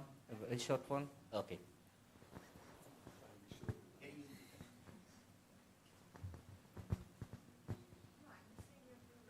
Oh, okay. Anyone else? Okay, we have to have. Thank you. I'm really sorry that I spoke too long. I thought, honestly, I'd be over in 50 minutes. Thank you, Professor Lamb, for such a wonderful talk. I am a teacher at the Department of Languages. I work with Rahul. I'll keep my observation very short. So when I was in school, we learned 3 languages, Kannada, English, and Hindi. So, Kannada is the local language, and Hindi is spoken all across the country here. However, we also learned Sanskrit. Now, the way Sanskrit was taught is very problematic for me, because our teacher would, teach the grammar and so on. but we ended up writing answers in the exams in either Hindi or Kannada or English, which was a major problem because I ended up with no Sanskrit. So now there's this organization which teaches Sanskrit called Samskrita Bharati. So they use only Sanskrit for teaching, so it's taught in the language itself. So don't you think that it is important for language teachers to maintain quote-unquote purity in their pedagogical method? Because, I ended up with no Sanskrit. Thank you. That's very interesting. Because Sanskrit, I think you learn really for reading, don't you?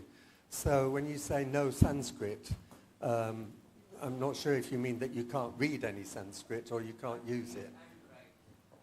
Yeah. Well, so I think what the plurilingualism does is it kind of shows that you can focus on certain parts and certain skills if that's appropriate. You don't have to have the whole range. But I think if you're saying that you didn't learn any at all, then yes, that the pedagogy needs to enable you to learn. That's obvious. And I think that as long as a teacher understands the method that they're using and why they're doing it in that way, it's going to work anyway. But for me, the question is more about valorizing the other languages as well. You can teach, I probably still would teach German through German, but I would still want to bring in other languages to compare and to valorize those languages. And I think, back to the first point as well, sorry, I've just thought about something else, was that if your language is not seen as worthwhile of being in school, very often children don't want to do it because they, but that's part of their identity. The reason I showed you the girl with the green dress that was Swabian, schools are telling children now very often you have to speak standard language, even in Sheffield. But that's their language, that's their identity, it's important to them, yeah. So, but that was more of an additional response to the first one. Thank you very much. Thank you, Professor Lam. I think we'll have to, despite ourselves, conclude our, okay, there's a short remark by Professor Peggy Mohan. So, we can hear her.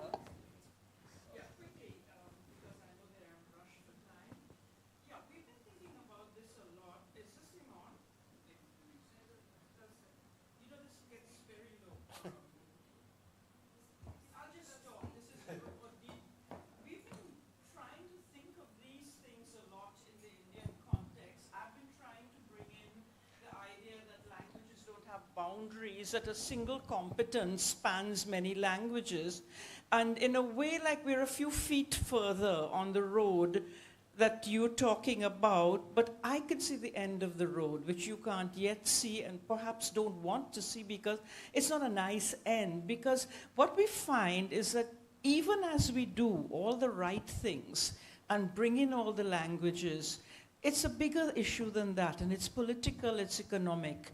And all we find as we have this plurilingual situation is that the predator language gobbles up the space relentlessly.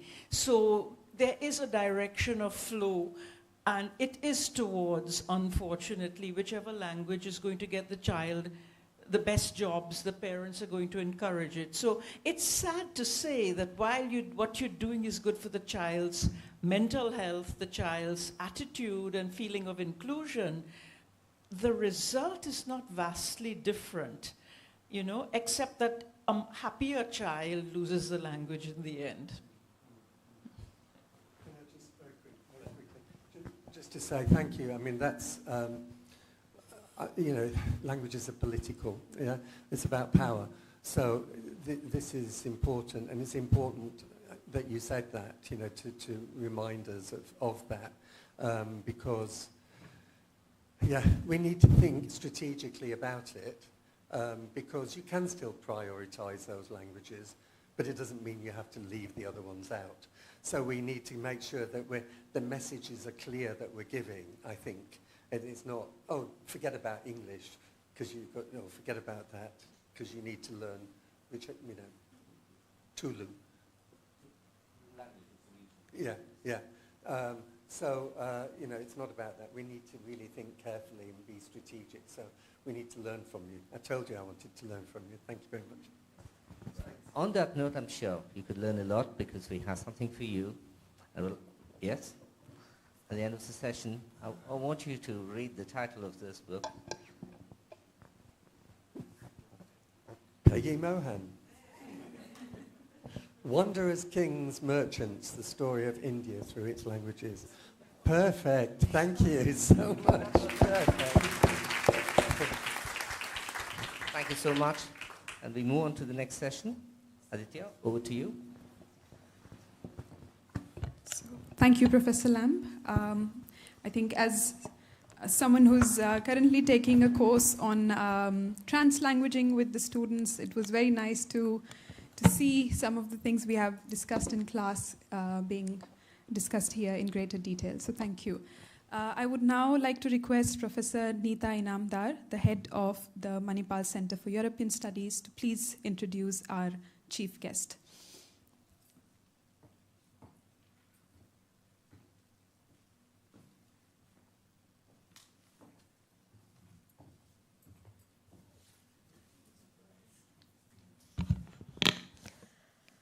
Good morning once again, students and all professors and resource persons.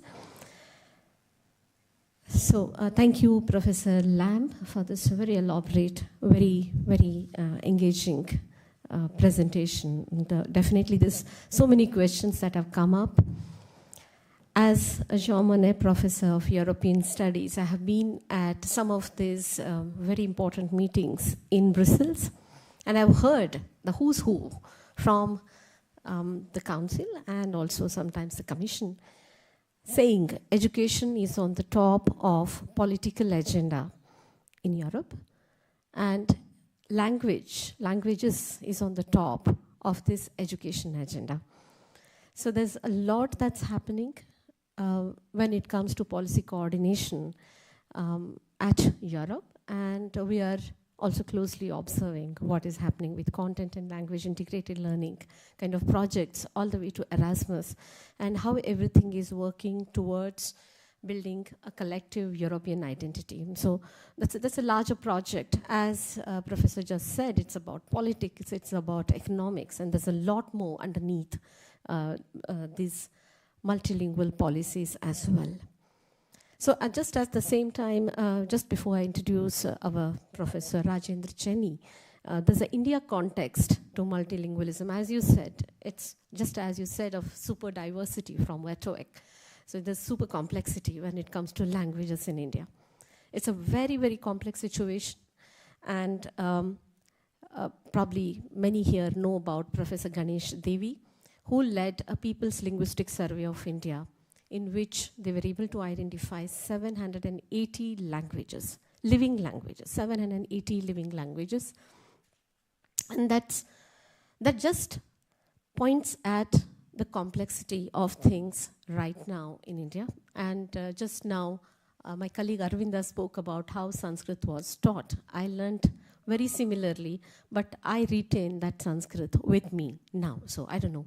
So Arvinda, maybe you and I will discuss as to how there was a different method but of teaching. So again, we have had these debates about, just to bring in this debate later, so teaching language through translation method was something that was known, and the newer ideas of teaching it through the language itself. So that's a debate between these two ideas as well going on right now. And here we have a Professor Rajendra Chenny. Now it's time to introduce him. I've known him for a few decades. He might not know me as well, but I have been following his work, read his works, and I have heard him in several occasions where he has delivered keynote addresses. He is the person I wish to present. He is the director of Manasa Center for Cultural Studies in Shimoga, and he was previously the professor of humanities at Kuvempu University, having taught history and English, but has written extensively in Kannada. So when it comes to multilingualism in India, we also have this problem of whether when people claim to be multilingual, are they really proficient in the claimed languages? But I don't know about others, but we have Professor Chenny, who is so very proficient in both English and Kannada, and is academically engaging with both these languages in his exceptional works that he has brought out. He has edited totally 18 books in Kannada and English, and including a novel in English and 3 collections of short stories in Kannada. He has received the Karnataka Sahitya Academy Lifetime Achievement Award for his contribution to literary criticism, and he is known for his participation in several people's movements in Karnataka, has led many of them, and it's always a pleasure to hear him because the kind of arguments he would present. I'm eagerly looking forward to you, Professor Chenny, and I invite you here to the dais now. Thank you so much.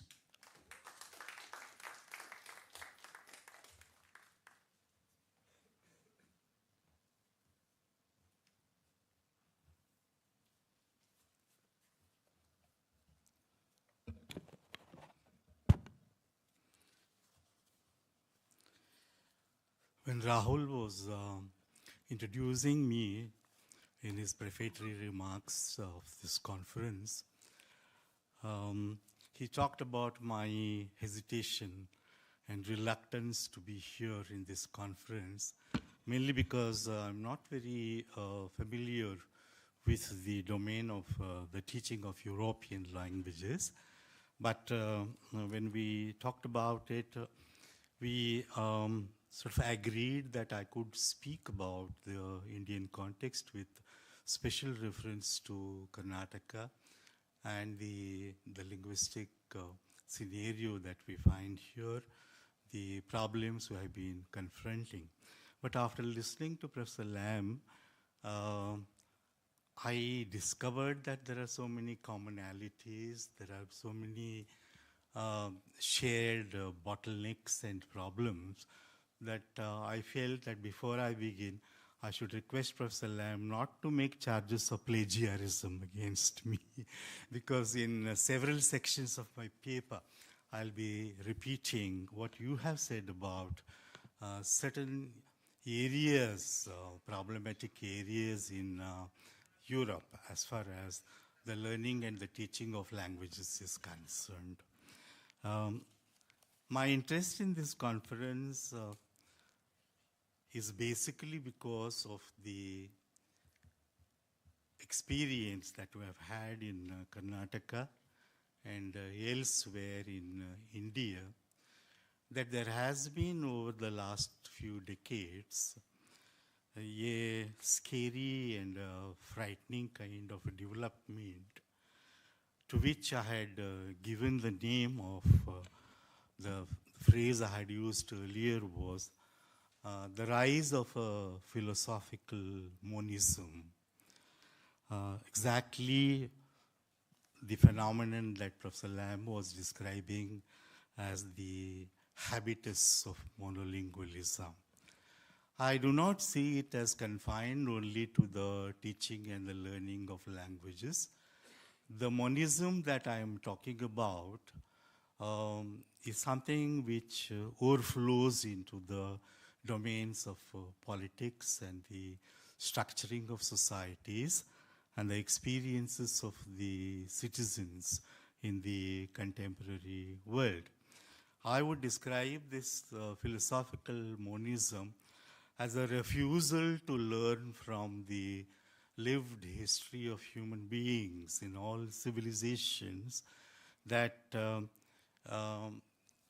there are not only a plurality of languages, but there are also pluralities of how we understand the cosmos, how we understand the world around us, and how we try to conceptualize the relationship between the human beings on this earth and everything else here on the earth.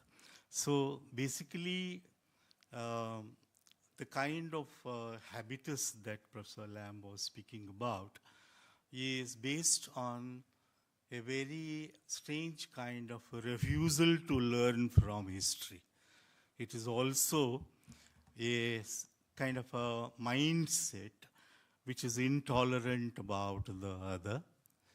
It is also a mindset which believes in hierarchies and which also believes that somewhere the world can be managed only if there are hegemonies.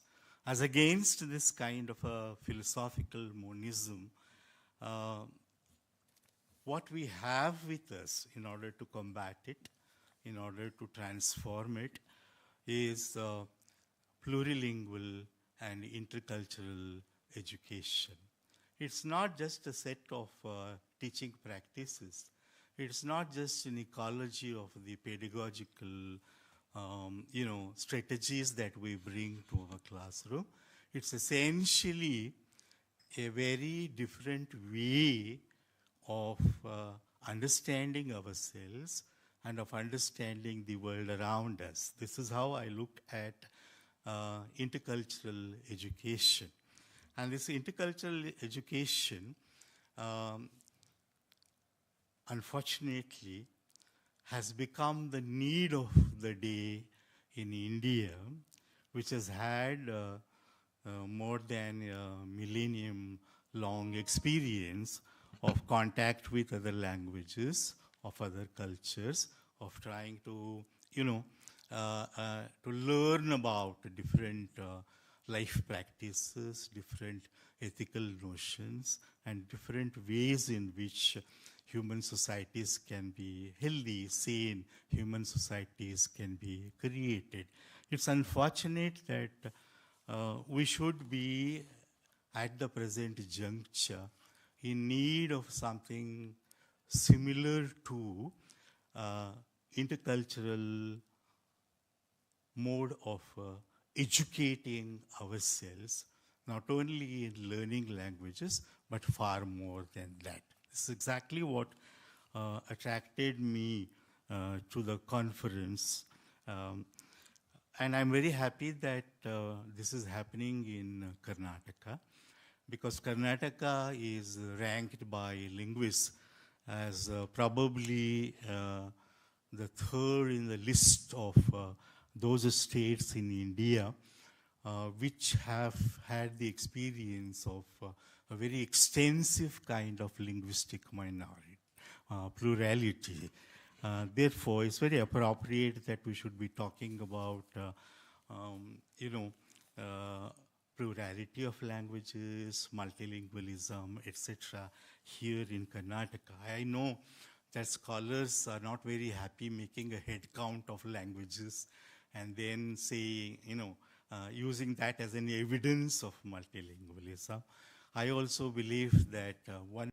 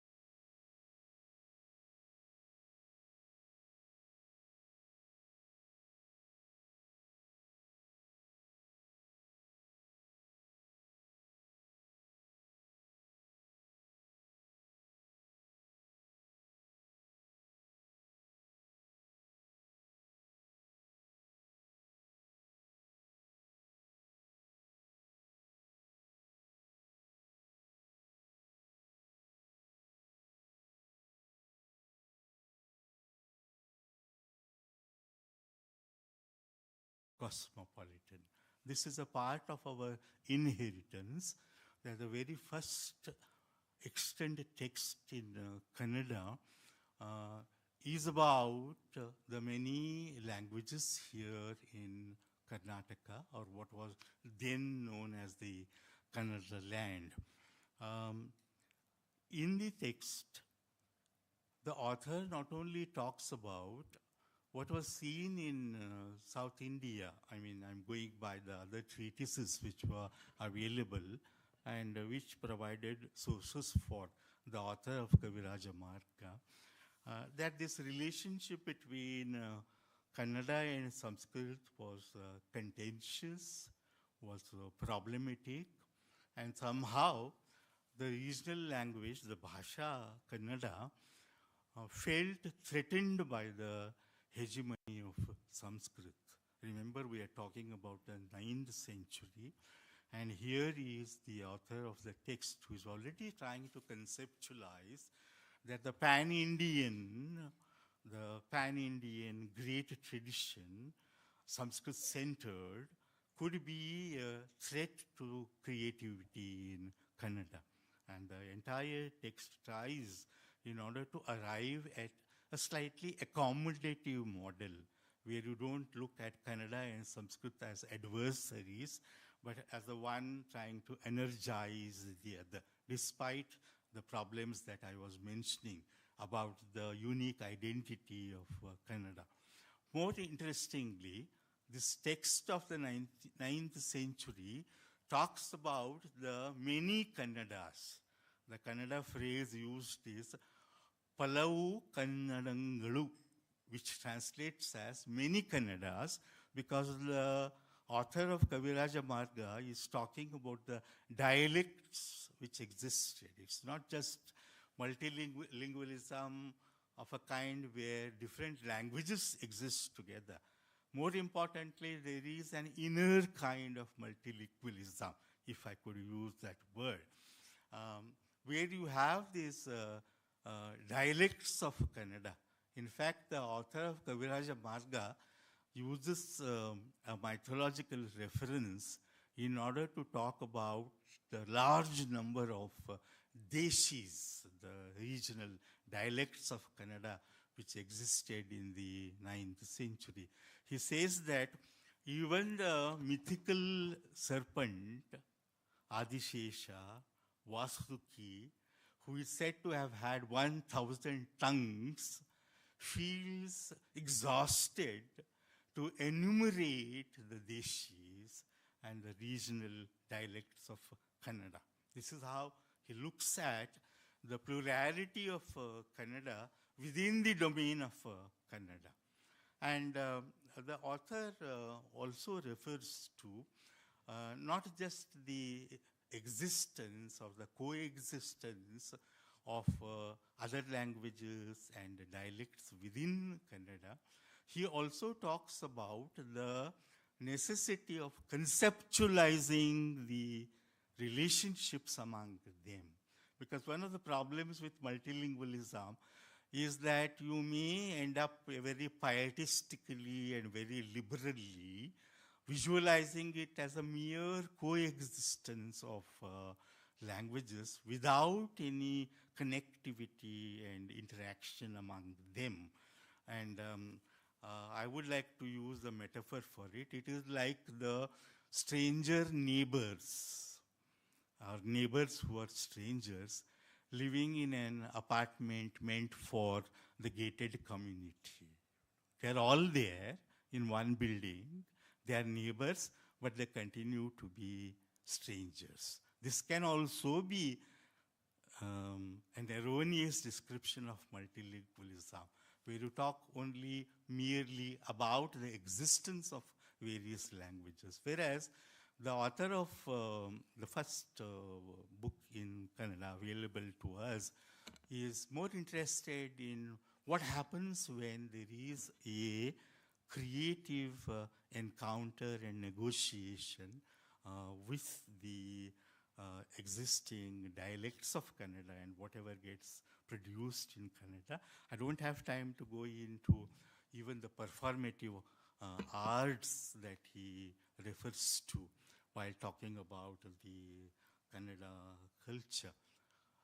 This is one of our experiences. Another interesting example I would like to give here is we have not only had the so-called mainstream tradition of Kannada culture, we have had several little traditions, and many of these little traditions which are generally known as folk traditions. They have been interrogating and questioning in a very profound manner the very foundations of the mainstream. And this happens through 2 or 3 strategies. One is of hybridizing the language,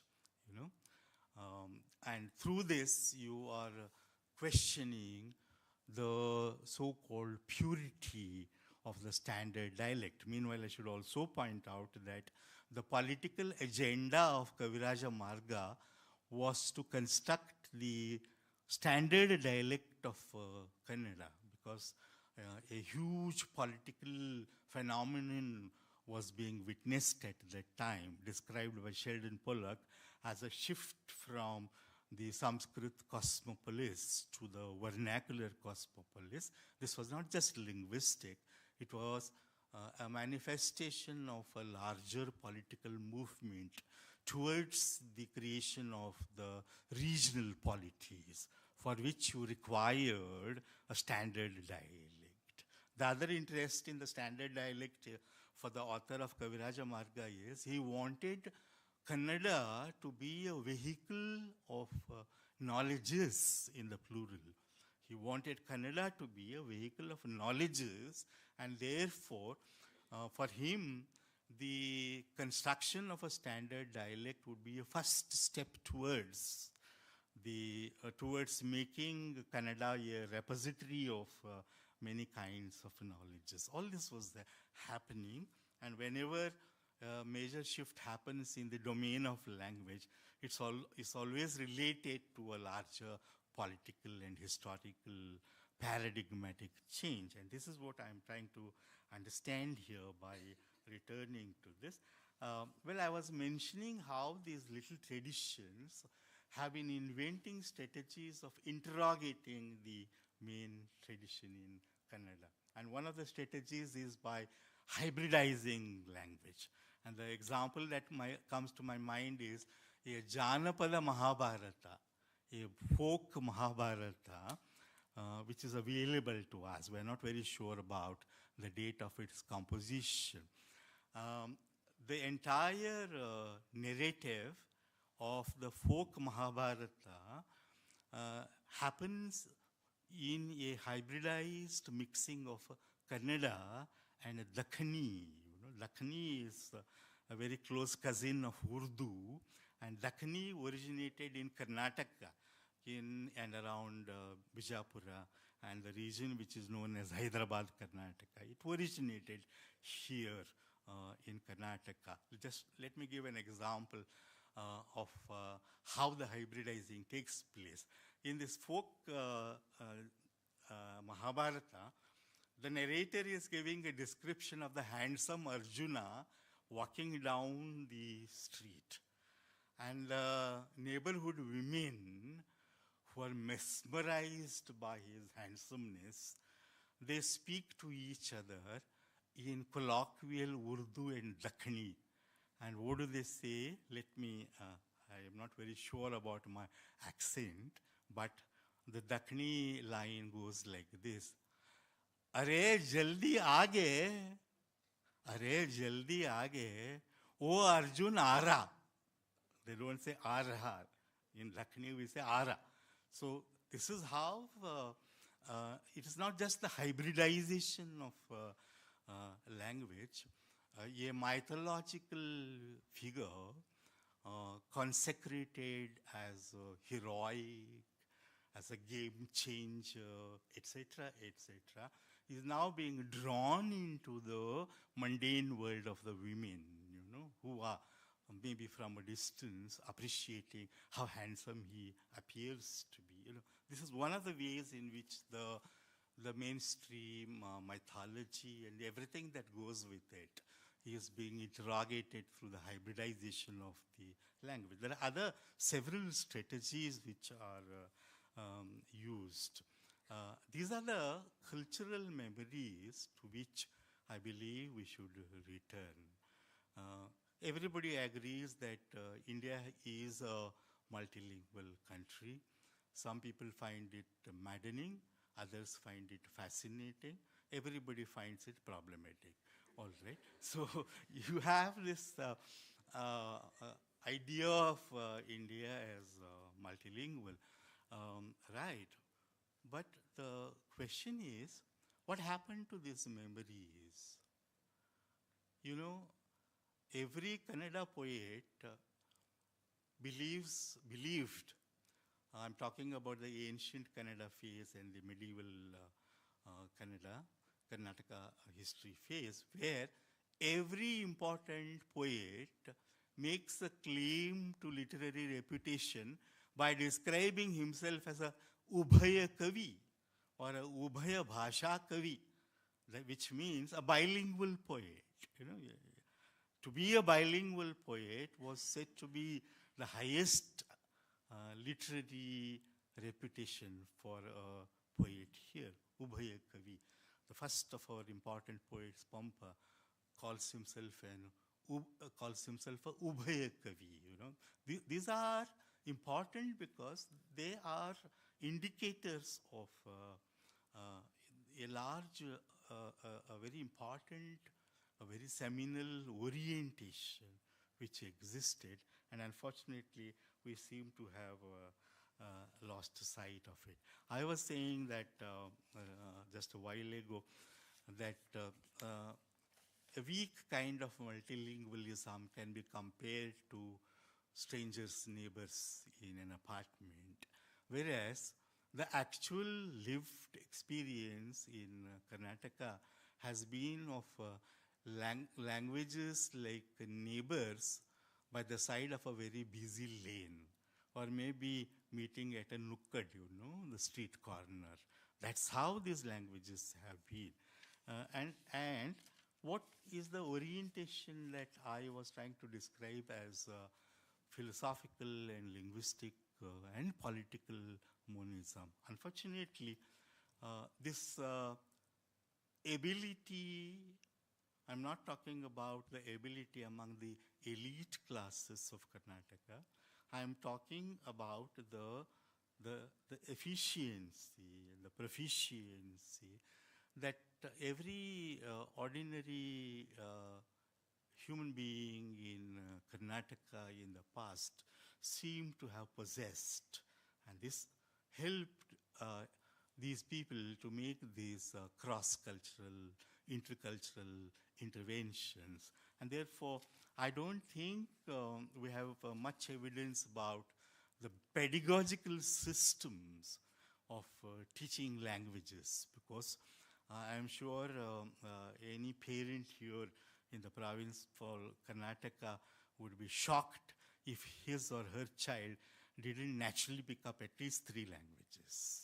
You know? And if the child remained only bilingual, it was a very problematic issue for the parents, because something must have gone wrong with the child's development. Now, this gets reflected.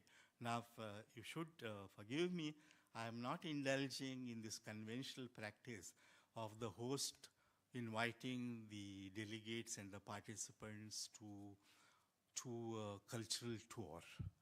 I'm not interested in that. I have mentioned all this because these evidences of multilingualism and pluralistic idea of interacting, energizing cultures is a material reality, a historical reality, a non-negotiable reality, and therefore one would have expected that in creating our systems for the learning of languages, we would be making use of a model very close to what Professor Lamb has been proposing, you know, where you do not believe in the myth that too many languages, you know, they obstruct the proper learning of a particular individual language. You also make use of what the learner brings with him to the classroom. And I would say that what a child in Karnataka would bring to the classroom is this marvelous stored experience of already living with different languages and already being aware at some level or the other of the other cultures. And what's happening today is that this is being ignored.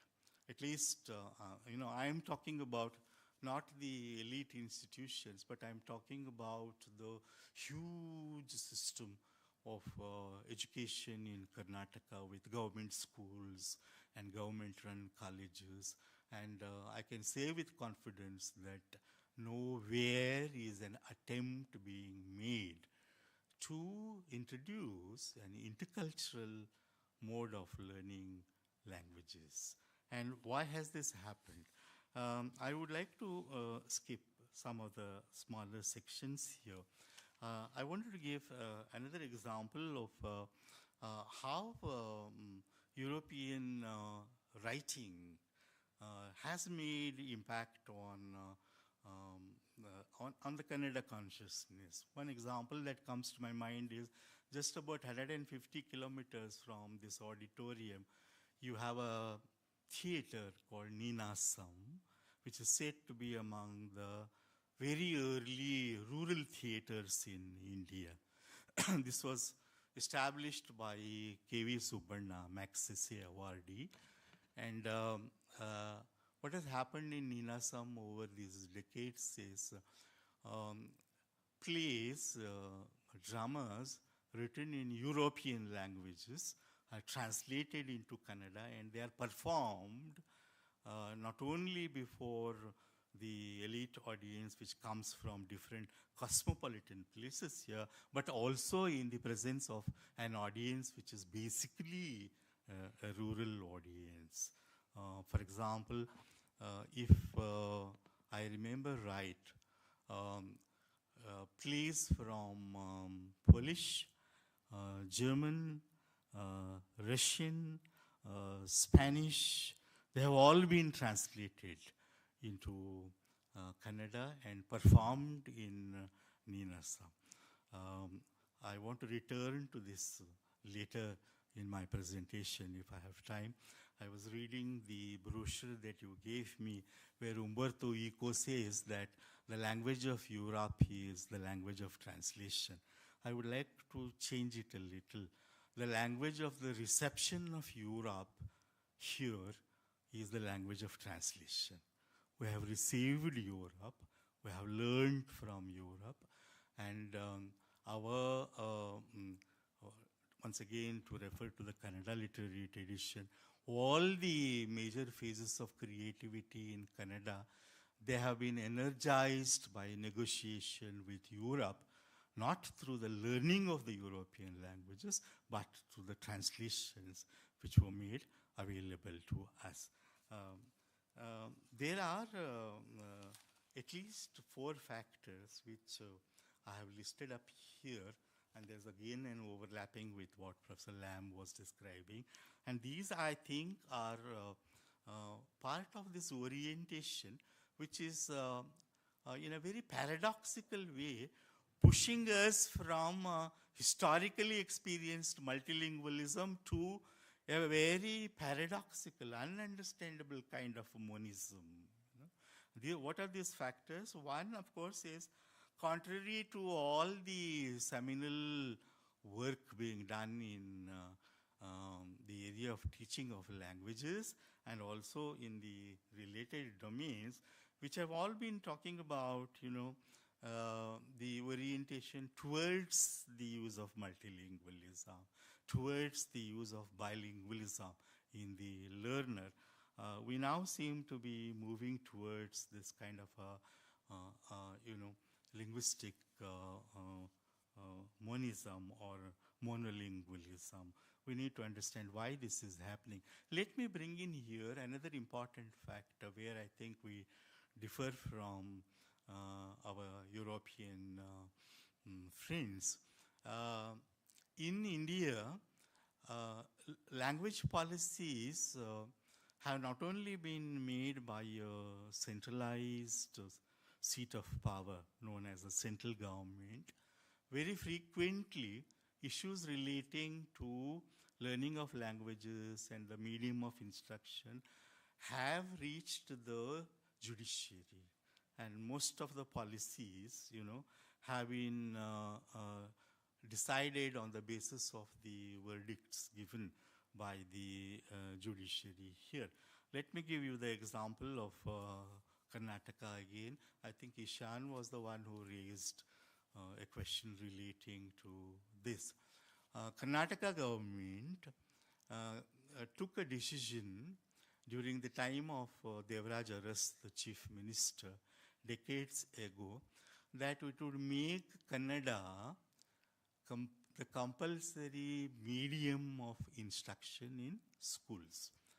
I would pick a quarrel with this, because if you're talking about mother tongue education, you can't make a semantic blunder by equating the major language with mother tongue, because there are mother tongues, you see. All right, the government went wrong in making this semantic error. This was taken to the court, because this was a time when the initiative of in educational field was had now shifted to the private players, and the English medium schools in Karnataka had literally mushroomed, and the situation has not changed today.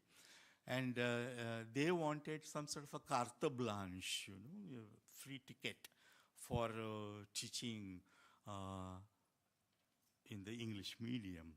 And they did not want even a space to be given to Kannada as maybe as a first language to be learned by the students. And then, of course, let me not go into the details.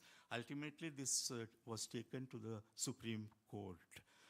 I hope my talk is not being recorded, because the Supreme Court gave an astounding verdict.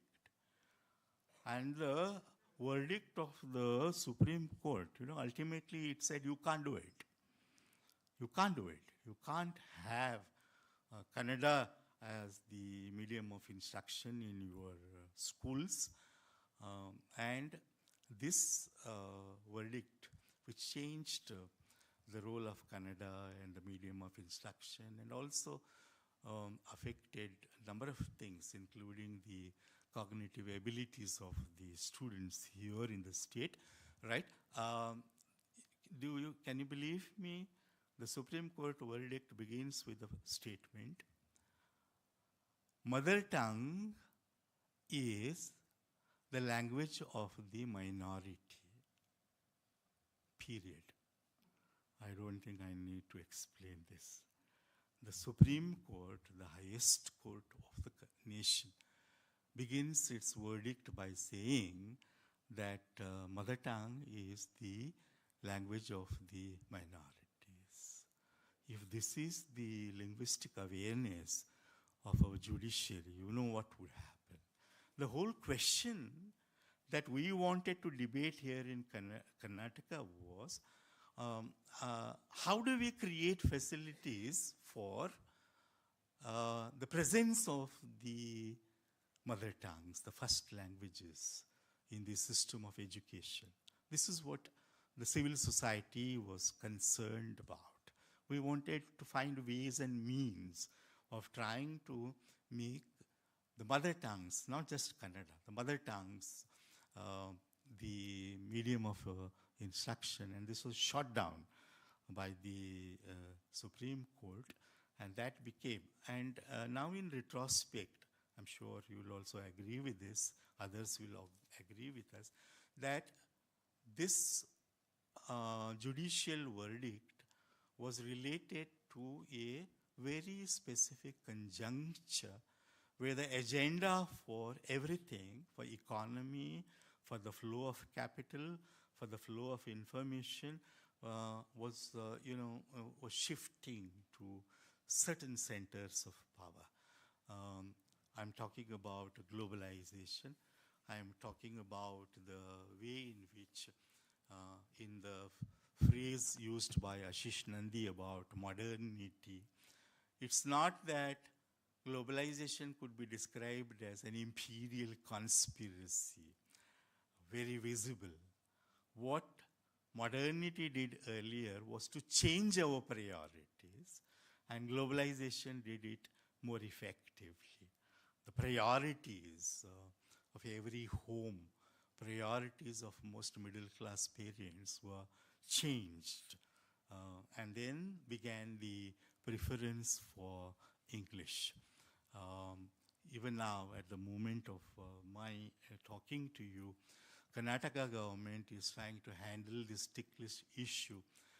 Should we start English medium classes in the public schools run by Karnataka government? It's the debate that is going on here. Why is this important? Why should all of us be talking here in this conference about the judiciary and the verdicts that the judiciary has been giving? I think the reason is that the civil society and the experts in the domain of language are no longer the key players when it comes to the formulation of language policies. I don't think that there's any space for the informed, knowledgeable experts when it comes to the formulation of these policies. And that, I think, is something that we are all facing. Maybe in Europe, it's happening in a very different way. You may not agree with me. My own perception is that the European Union and the European Council are ultimately trying to make the so-called adjustments, despite the liberal rhetoric being used, despite the resistant language being used. Ultimately, it seems to be, to me, as an effort to accommodate to a certain form of global corporate capital. And that, of course, has affected and is going to affect the teaching of languages. All right. The other issues that I wanted to place before you is one, this unnoticed, Rahul, you will remind me when we have 15 minutes left so that I can wind up. All right. The unnoticed and the unmourned extinction of languages. Professor Ganesh Devi has always said that the extinction of a language, even if it is a language, tribal language, spoken by just a few hundred people, it is a cognitive loss for the entire world, because when a language disappears, a worldview disappears, a history disappears, cultural resources disappear. And unfortunately, this is happening because of what has been described with three different phrases. One is, when you are talking about bilingualism and you are saying that, all right, we're going to teach two languages, there is a distinct possibility that one of the languages will usurp the place of the other. And therefore, one of the scholars had used the term, twin terms, additive bilingualism or multilingualism, subtractive bilingualism. And subtractive bilingualism is when you introduce a powerful language like English as AL2, it takes away the autonomy and the presence itself of L1. This is one of the issues that we have been facing. The other one, very briefly referred to by Professor Lamb, was this kind of a double hegemony which the smaller spoken languages experience. By the double hegemony, I mean, on the one hand, the preferred language, English. And we have evidence about the relationship between the gradual death of the tribal languages and the preference for English. Because what we found was in the recent surveys made, many speakers, younger speakers of the tribal languages, registered themselves as speakers of the dominant language Kannada or English, not the tribal language to which they were born. So this is a double hegemony. One is the hegemony of the dominant language. I'm very happy that many brilliant Kannada scholars and linguists are now looking into the problem of Kannada itself being a hegemonic presence, you see, vis-a-vis the many mother tongues that exist in our society. That is now being looked into by Basavaraj from Central University, K.V. Narayana, one of our senior scholars, Professor Gangadhara, who I think is one of the most dependable, dependable scholars as far as the survey of the linguistic scenario here is concerned. Anyway, many of them are looking into it. So I think our efforts to strengthen the mother tongues, because that is related to what I described as resistance to the monistic philosophy. And that can happen only when the multiplicity of these spoken languages is preserved and the multiplicity of these cognitive systems is preserved. The challenge is, of course, this. One, the intervention of the systems of governance.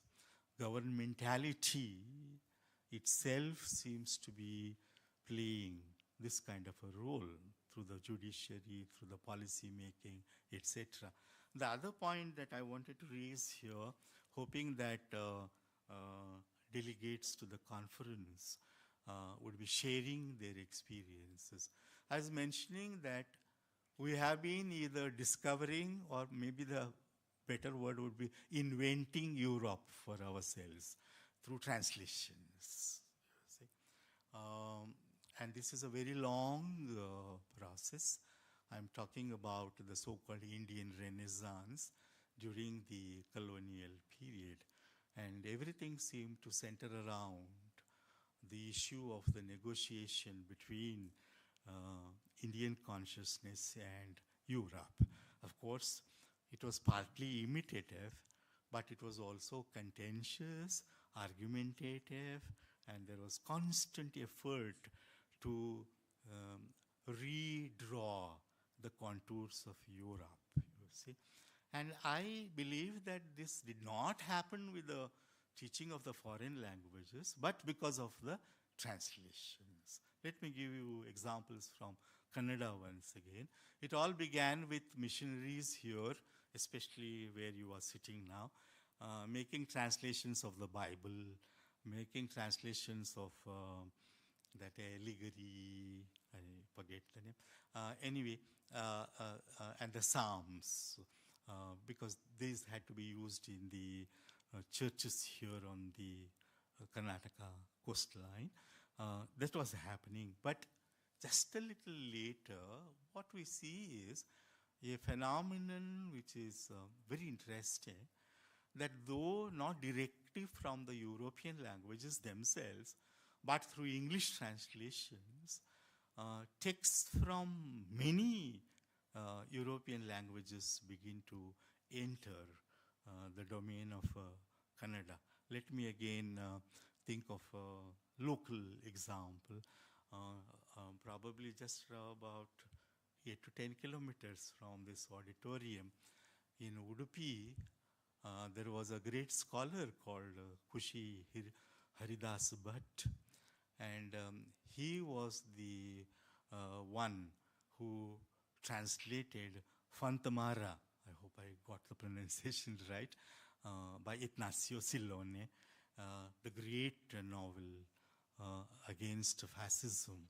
He translated this into Kannada. Such things were happening, and these were energizing the different phases in the growth of literatures in our bhashas. You see, I don't want to go into the details, but the so-called realistic phase, followed by the progressive left-oriented writing, followed by modernist writing. You know, in all these phases, I think it is the European texts which have in a way energized. And I must, of course, underline another thing, that this has not been a case of, imitation. The Kannada and other bhashas in India have, as I said, invented the kind of Europe that they needed at that historical juncture, you see. And through translations, through negotiations with the creative and the discursive texts in Europe. My curiosity was, I thought in these 2 days, many of you, teachers of European languages, would share your experience. Does that continue to happen? Are institutions of foreign language teaching playing a seminal, significant role in this continued negotiation with Europe? I am not sure. I don't know. Some of the essays that I read while preparing for this conference, they sort of were giving me the impression that probably the teaching of these languages has moved away from the so-called liberal humanist paradigm.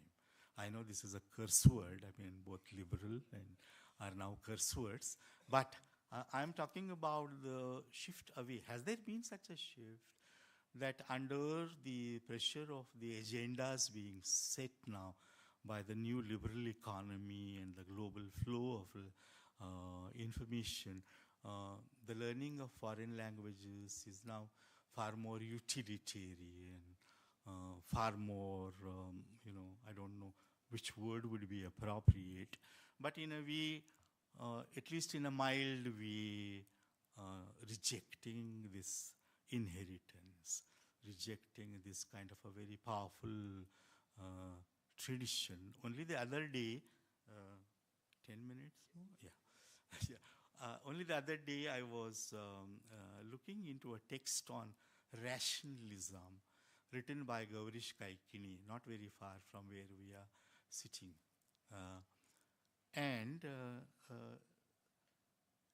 That reminded me, while rereading the text, I was reminded of a very powerful rationalist tradition which came into existence in Kannada and Karnataka, majorly influenced by the rationalist tradition in the West, the post-Enlightenment traditions in the West.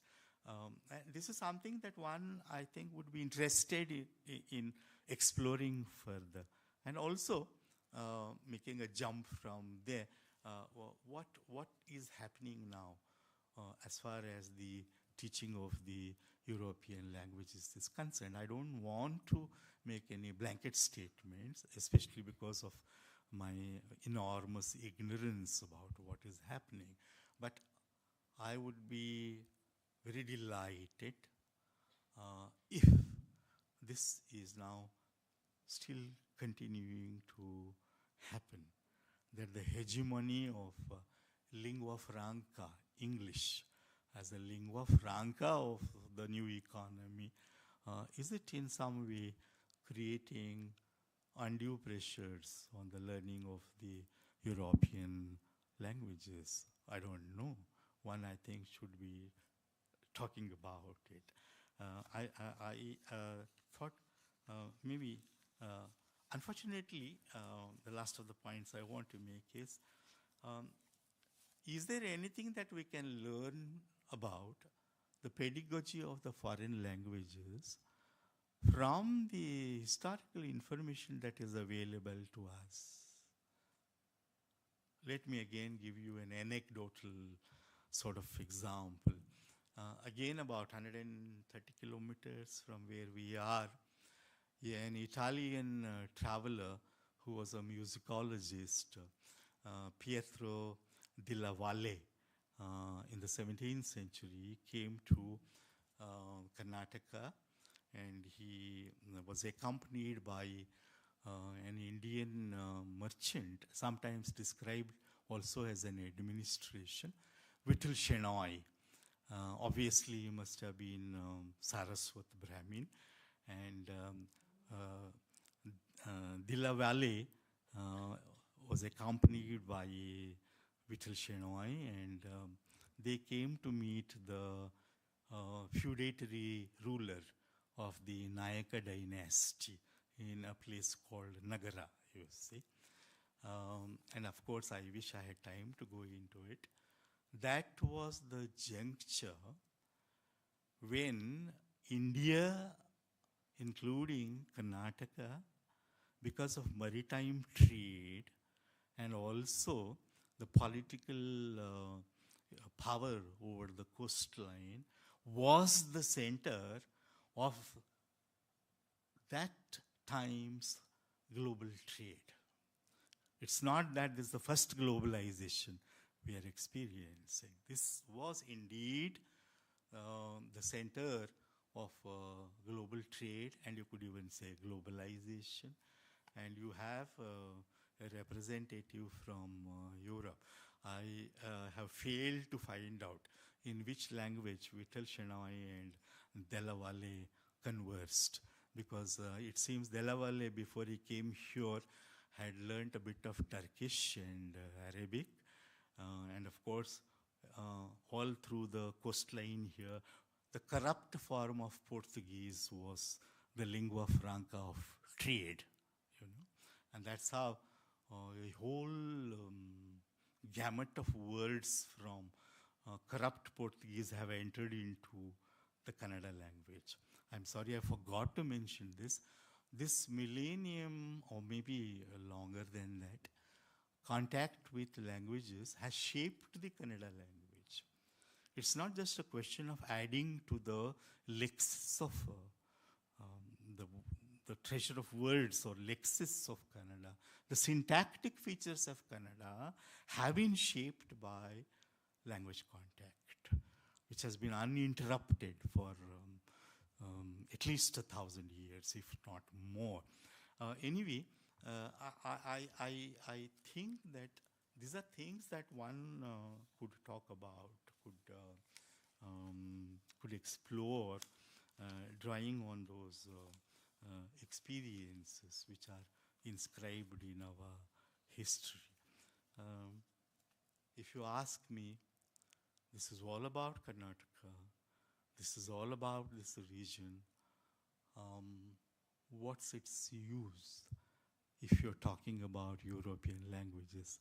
I'll put it very cryptically, a great deal and much more. In a way, it was a little encouraging for me that we here in Karnataka and India are experiencing and suffering what certain parts of Europe are suffering. I mean, take it in the lighter vein, that it convinces me, all said and done, with all these pluralities of languages and cultures, we share probably the same human fate. And that, I think, is what should make us seek analogies between our experiences of language learning and language teaching. Sorry, I just wanted to add a few sentences to what I was saying. I think one of the projects that we should be taking up is, what were the modes of learning these foreign languages in the pre-modern period? Aren't there any things that we can learn if we know a little more about it? How did the interpreters called Dubhash, they were known as Dubhash, and most of them were bilingual or trilingual, and they played a very important role in settling these trade agreements, etc. Most of them were Pillays and Shenoys, coming from the upper castes here. How did they learn these foreign languages? What were the mechanisms? Were they restricted only to individual enterprise of the learners? Weren't there systems of learning foreign languages? Because when it comes to, we have an interesting document. I'll conclude my talk with that document. The document was a petition given by a group of Brahmins to the ruler. And the petition said to the kind ruler, please provide us facilities to learn Persian in the madrasas. The Brahmins were making a plea that they should be provided facilities to learn Persian, because Persian was the language of administration. Persian was the language of power here. So there must have been these systems of creating these plurilingual individuals. Of course, all our educational agencies in India are now trying to do away with the Mughal period. They want to erase it from our textbooks. What's interesting for us attending this conference is almost all the celebrated, illustrious women from the Mughal ruling families knew at least 4 to 5 languages. Each of them knew 4 or 5 languages. They were conversant with what was happening, what had happened in Europe. The last person I would like to remember is Dara Shikoh. His sister wrote a fictional autobiography, and she records that Dara Shikoh had learned many of these foreign languages, including Hebrew, because he wanted to prove that the religious, spiritual concerns in the Sanskrit Upanishads are the same as were shared by these many religions. And that was made possible by a very proficient kind of multilingualism. I would like to thank the organizers, Rahul, and the department for extending this invitation to me. Thank you very much.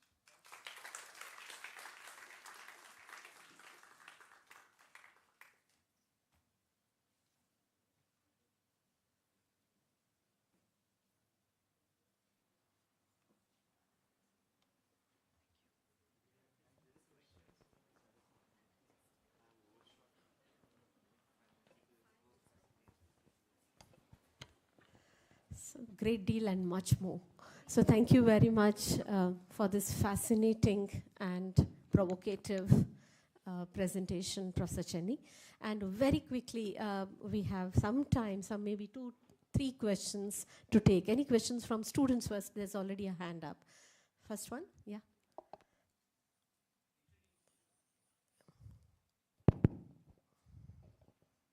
I'm Amrita. I'm studying in DOL, Department of Languages. I'm in my 2nd year. I speak Kannada and Tamil. Although my mother tongue is Kannada, Tamil is my social language. I have friends who speak Tamil, and also my media engagement, as in films, music, everything is prominently in Tamil. And my proficiency in Kannada is lower in comparison to Tamil. So I speak better Tamil than Kannada, even though Kannada is my mother tongue. And it's obviously heavily influenced, Kannada is heavily influenced by Tamil, because I lived in Chennai for all my childhood. My question is, how do I reconnect with Kannada in one sense as a mother tongue and also academically? Because when I studied Kannada after coming to Bangalore, it was for a very short period of time. And as you had spoken, and also as Ishan mentioned, the way we studied Kannada was for a very short period of time and not really, the teachers never gave significance to regional languages. So maybe with respect to Sanskrit, Kannada and Hindi, we didn't really get to study much. It was only English. So how do I engage with my mother tongue and other regional languages academically? And one more question is, how do we determine the standard of a language, especially in India? Because if we talk about Kannada, then I don't believe there is a standard. I could be wrong. I don't believe there is a set standard. People speak like the people they are surrounded by. So at home, I speak the way my parents speak. In school, I speak the way my classmates do. So something like that. Yeah, thank you. Thank you, Amrita. Sir, would you like to answer that, or do we take another 2-3 questions and then you answer collectively?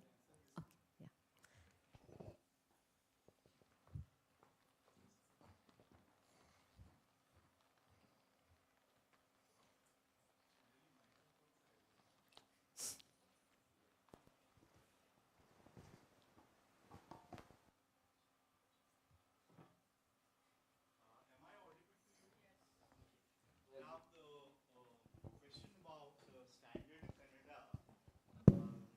yeah. It's very easy to answer if you're speaking from the point of view of linguistics.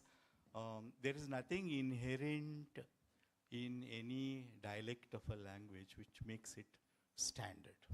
It's only a historical and political decision to make a certain variation of a language as the standard dialect, which sometimes becomes the literary dialect also.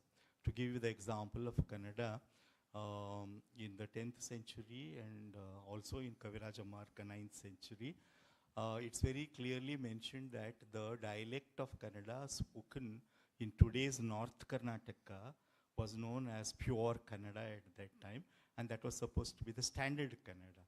And as things changed, by the time we came to the 20th century, the dialect spoken in North Karnataka was used only in popular films to make fun of non-standard Kannada. It only tells you there's nothing like standard dialect. Yes, because of print technology, because of the need for communication, we make a conscious decision that this variation with these features can be the standard dialect. Other than that, there's absolutely no other qualification that the standard dialect would exhibit.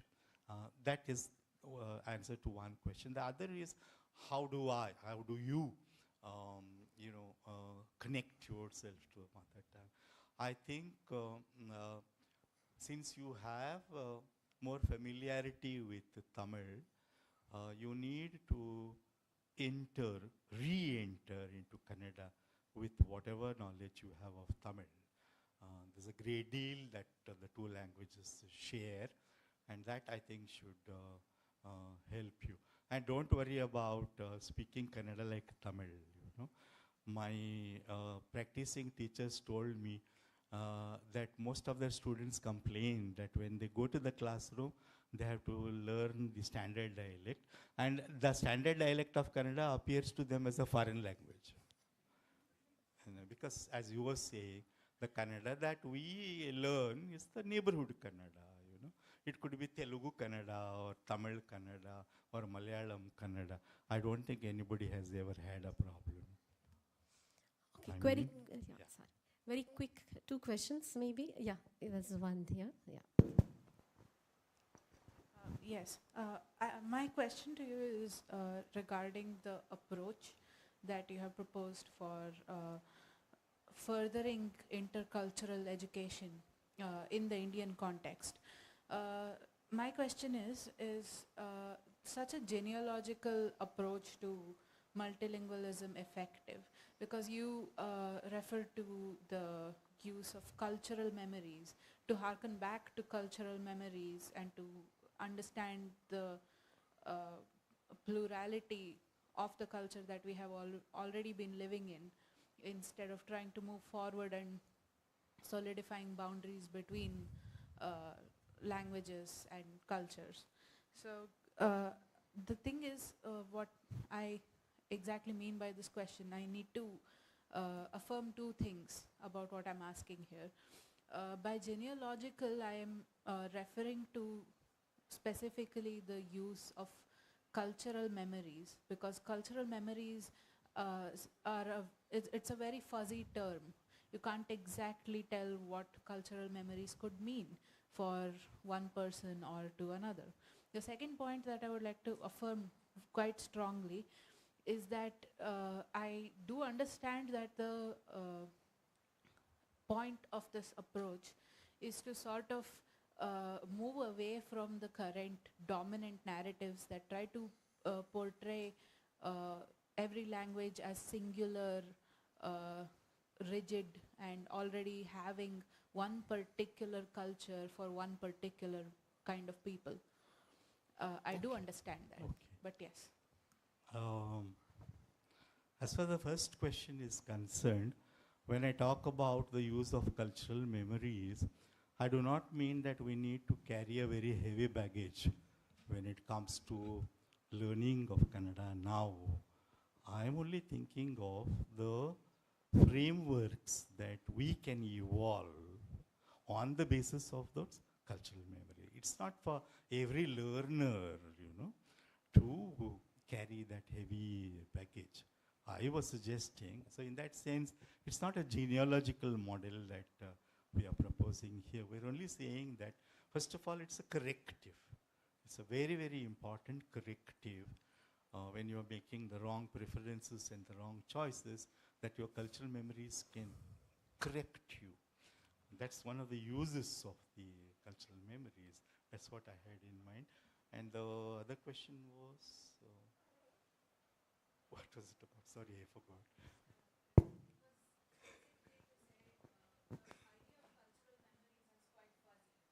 Fuzzy, okay. True. There's nothing homogeneous,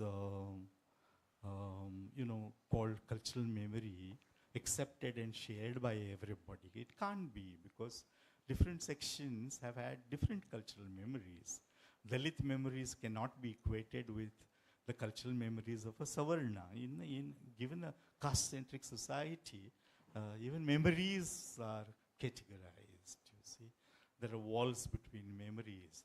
Therefore, it's not that we are projecting a very homogeneous kind of a cultural memory. Cultural memory itself is very contentious, you see. It's very contentious. And it can be selective. And it's a very difficult thing to justify why you are selectively upholding this as the cultural memory and not as another thing.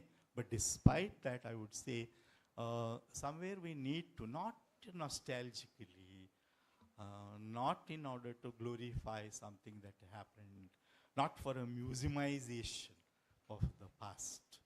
If there are hard, useful lessons to be learned from these memories, then we need them. So that's how I would answer your question. So I think it's time, but maybe one last comment or question from this group. I think they, yeah.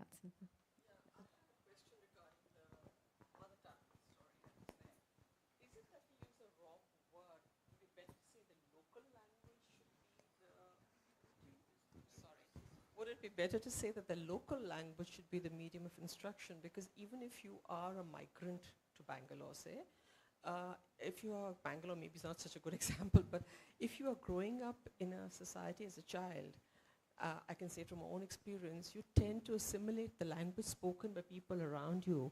And though at home your mother may be speaking the original mother tongue to you, you are better at what is the local language because your friends and your peers and everybody is speaking it. So you won't have an issue with that. It's the use of the word mother tongue which has caused these issues. Yes. It is problematic, and I think increasingly we are avoiding using the term mother tongue. One is, as you're saying, if we could identify it as the language of familiarity, language of a kind of a local immersion, naturally happening in social relationships, I think it would be all right. But the Karnataka problem was that on the one hand, we wanted to draw on all the scholarship which says that cognitively, affectively, and otherwise, it's always advisable for the child to learn in mother tongue, accepted. I don't think there are any disputes, but how do you transform it into an educational policy? If you're strictly talking about mother tongue education, it should be an education in all first languages, not necessarily the administrative language or the majority language of the state. In fact, Karnataka government had made that provision, that beyond maybe 2-3 years, provision should be made for every student to learn in his own or her own first language. This was ignored, I think, by the judiciary. But I agree with you that this is problematic. This is problematic. And it also carries a certain kind of emotional charge we could do without, I think. Thank you so much, Professor Chenny, and thank you, everyone.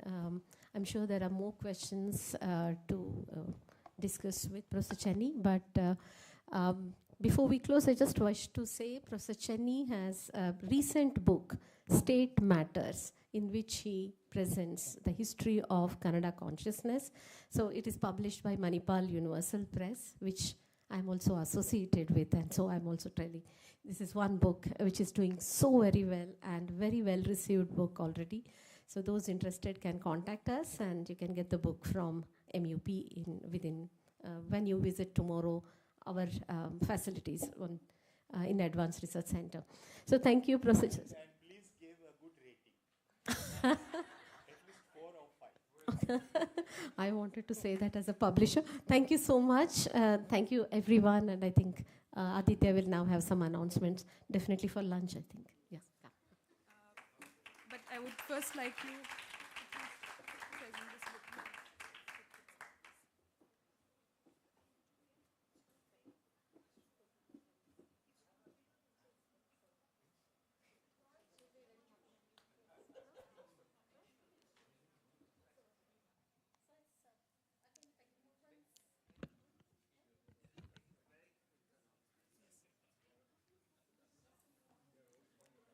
A very quick announcement here, just as this entire conference is extremely curated with handpicked speakers, I must add that the books that we're giving as tokens of our appreciation are equally handpicked. Professor Chenny, I think the book that you hold in your hands would be most fascinating. Perhaps you may want to read the title aloud.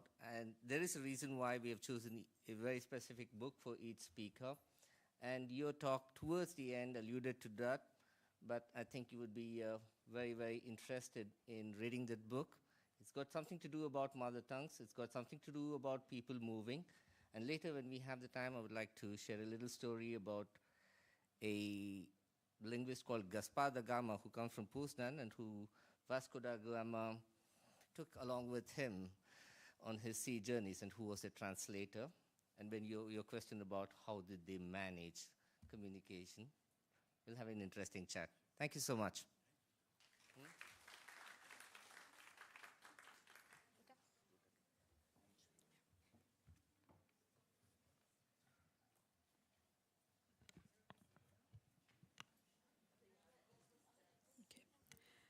So, thank you, Professor Chenny and Professor Inamdar.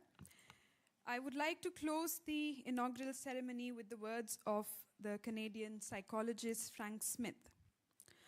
One language sets you in a corridor for life. 2 languages open every door along the way. It is my sincerest hope that we can all, through our works in different domains and in different capacities, open as many doors and transcend as many boundaries as possible. And as Professor Chenny said, not remain strangers, but neighbors who converse with each other for the generations to come. So before we break for lunch, I would like to request all the speakers to please come on stage for a group photo.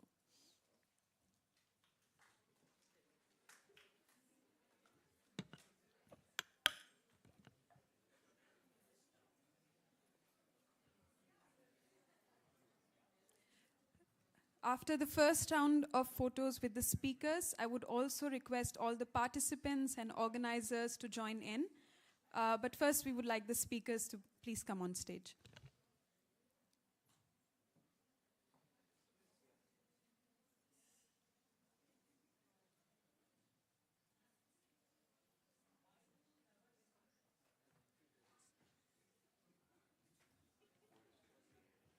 I think maybe...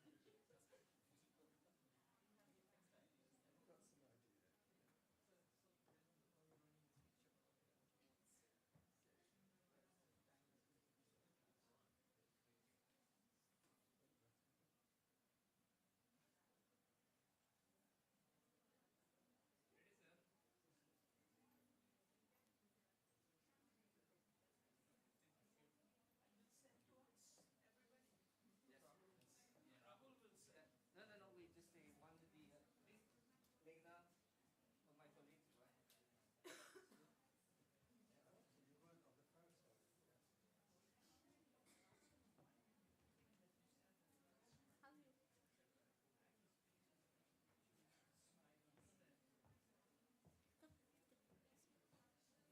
Swati.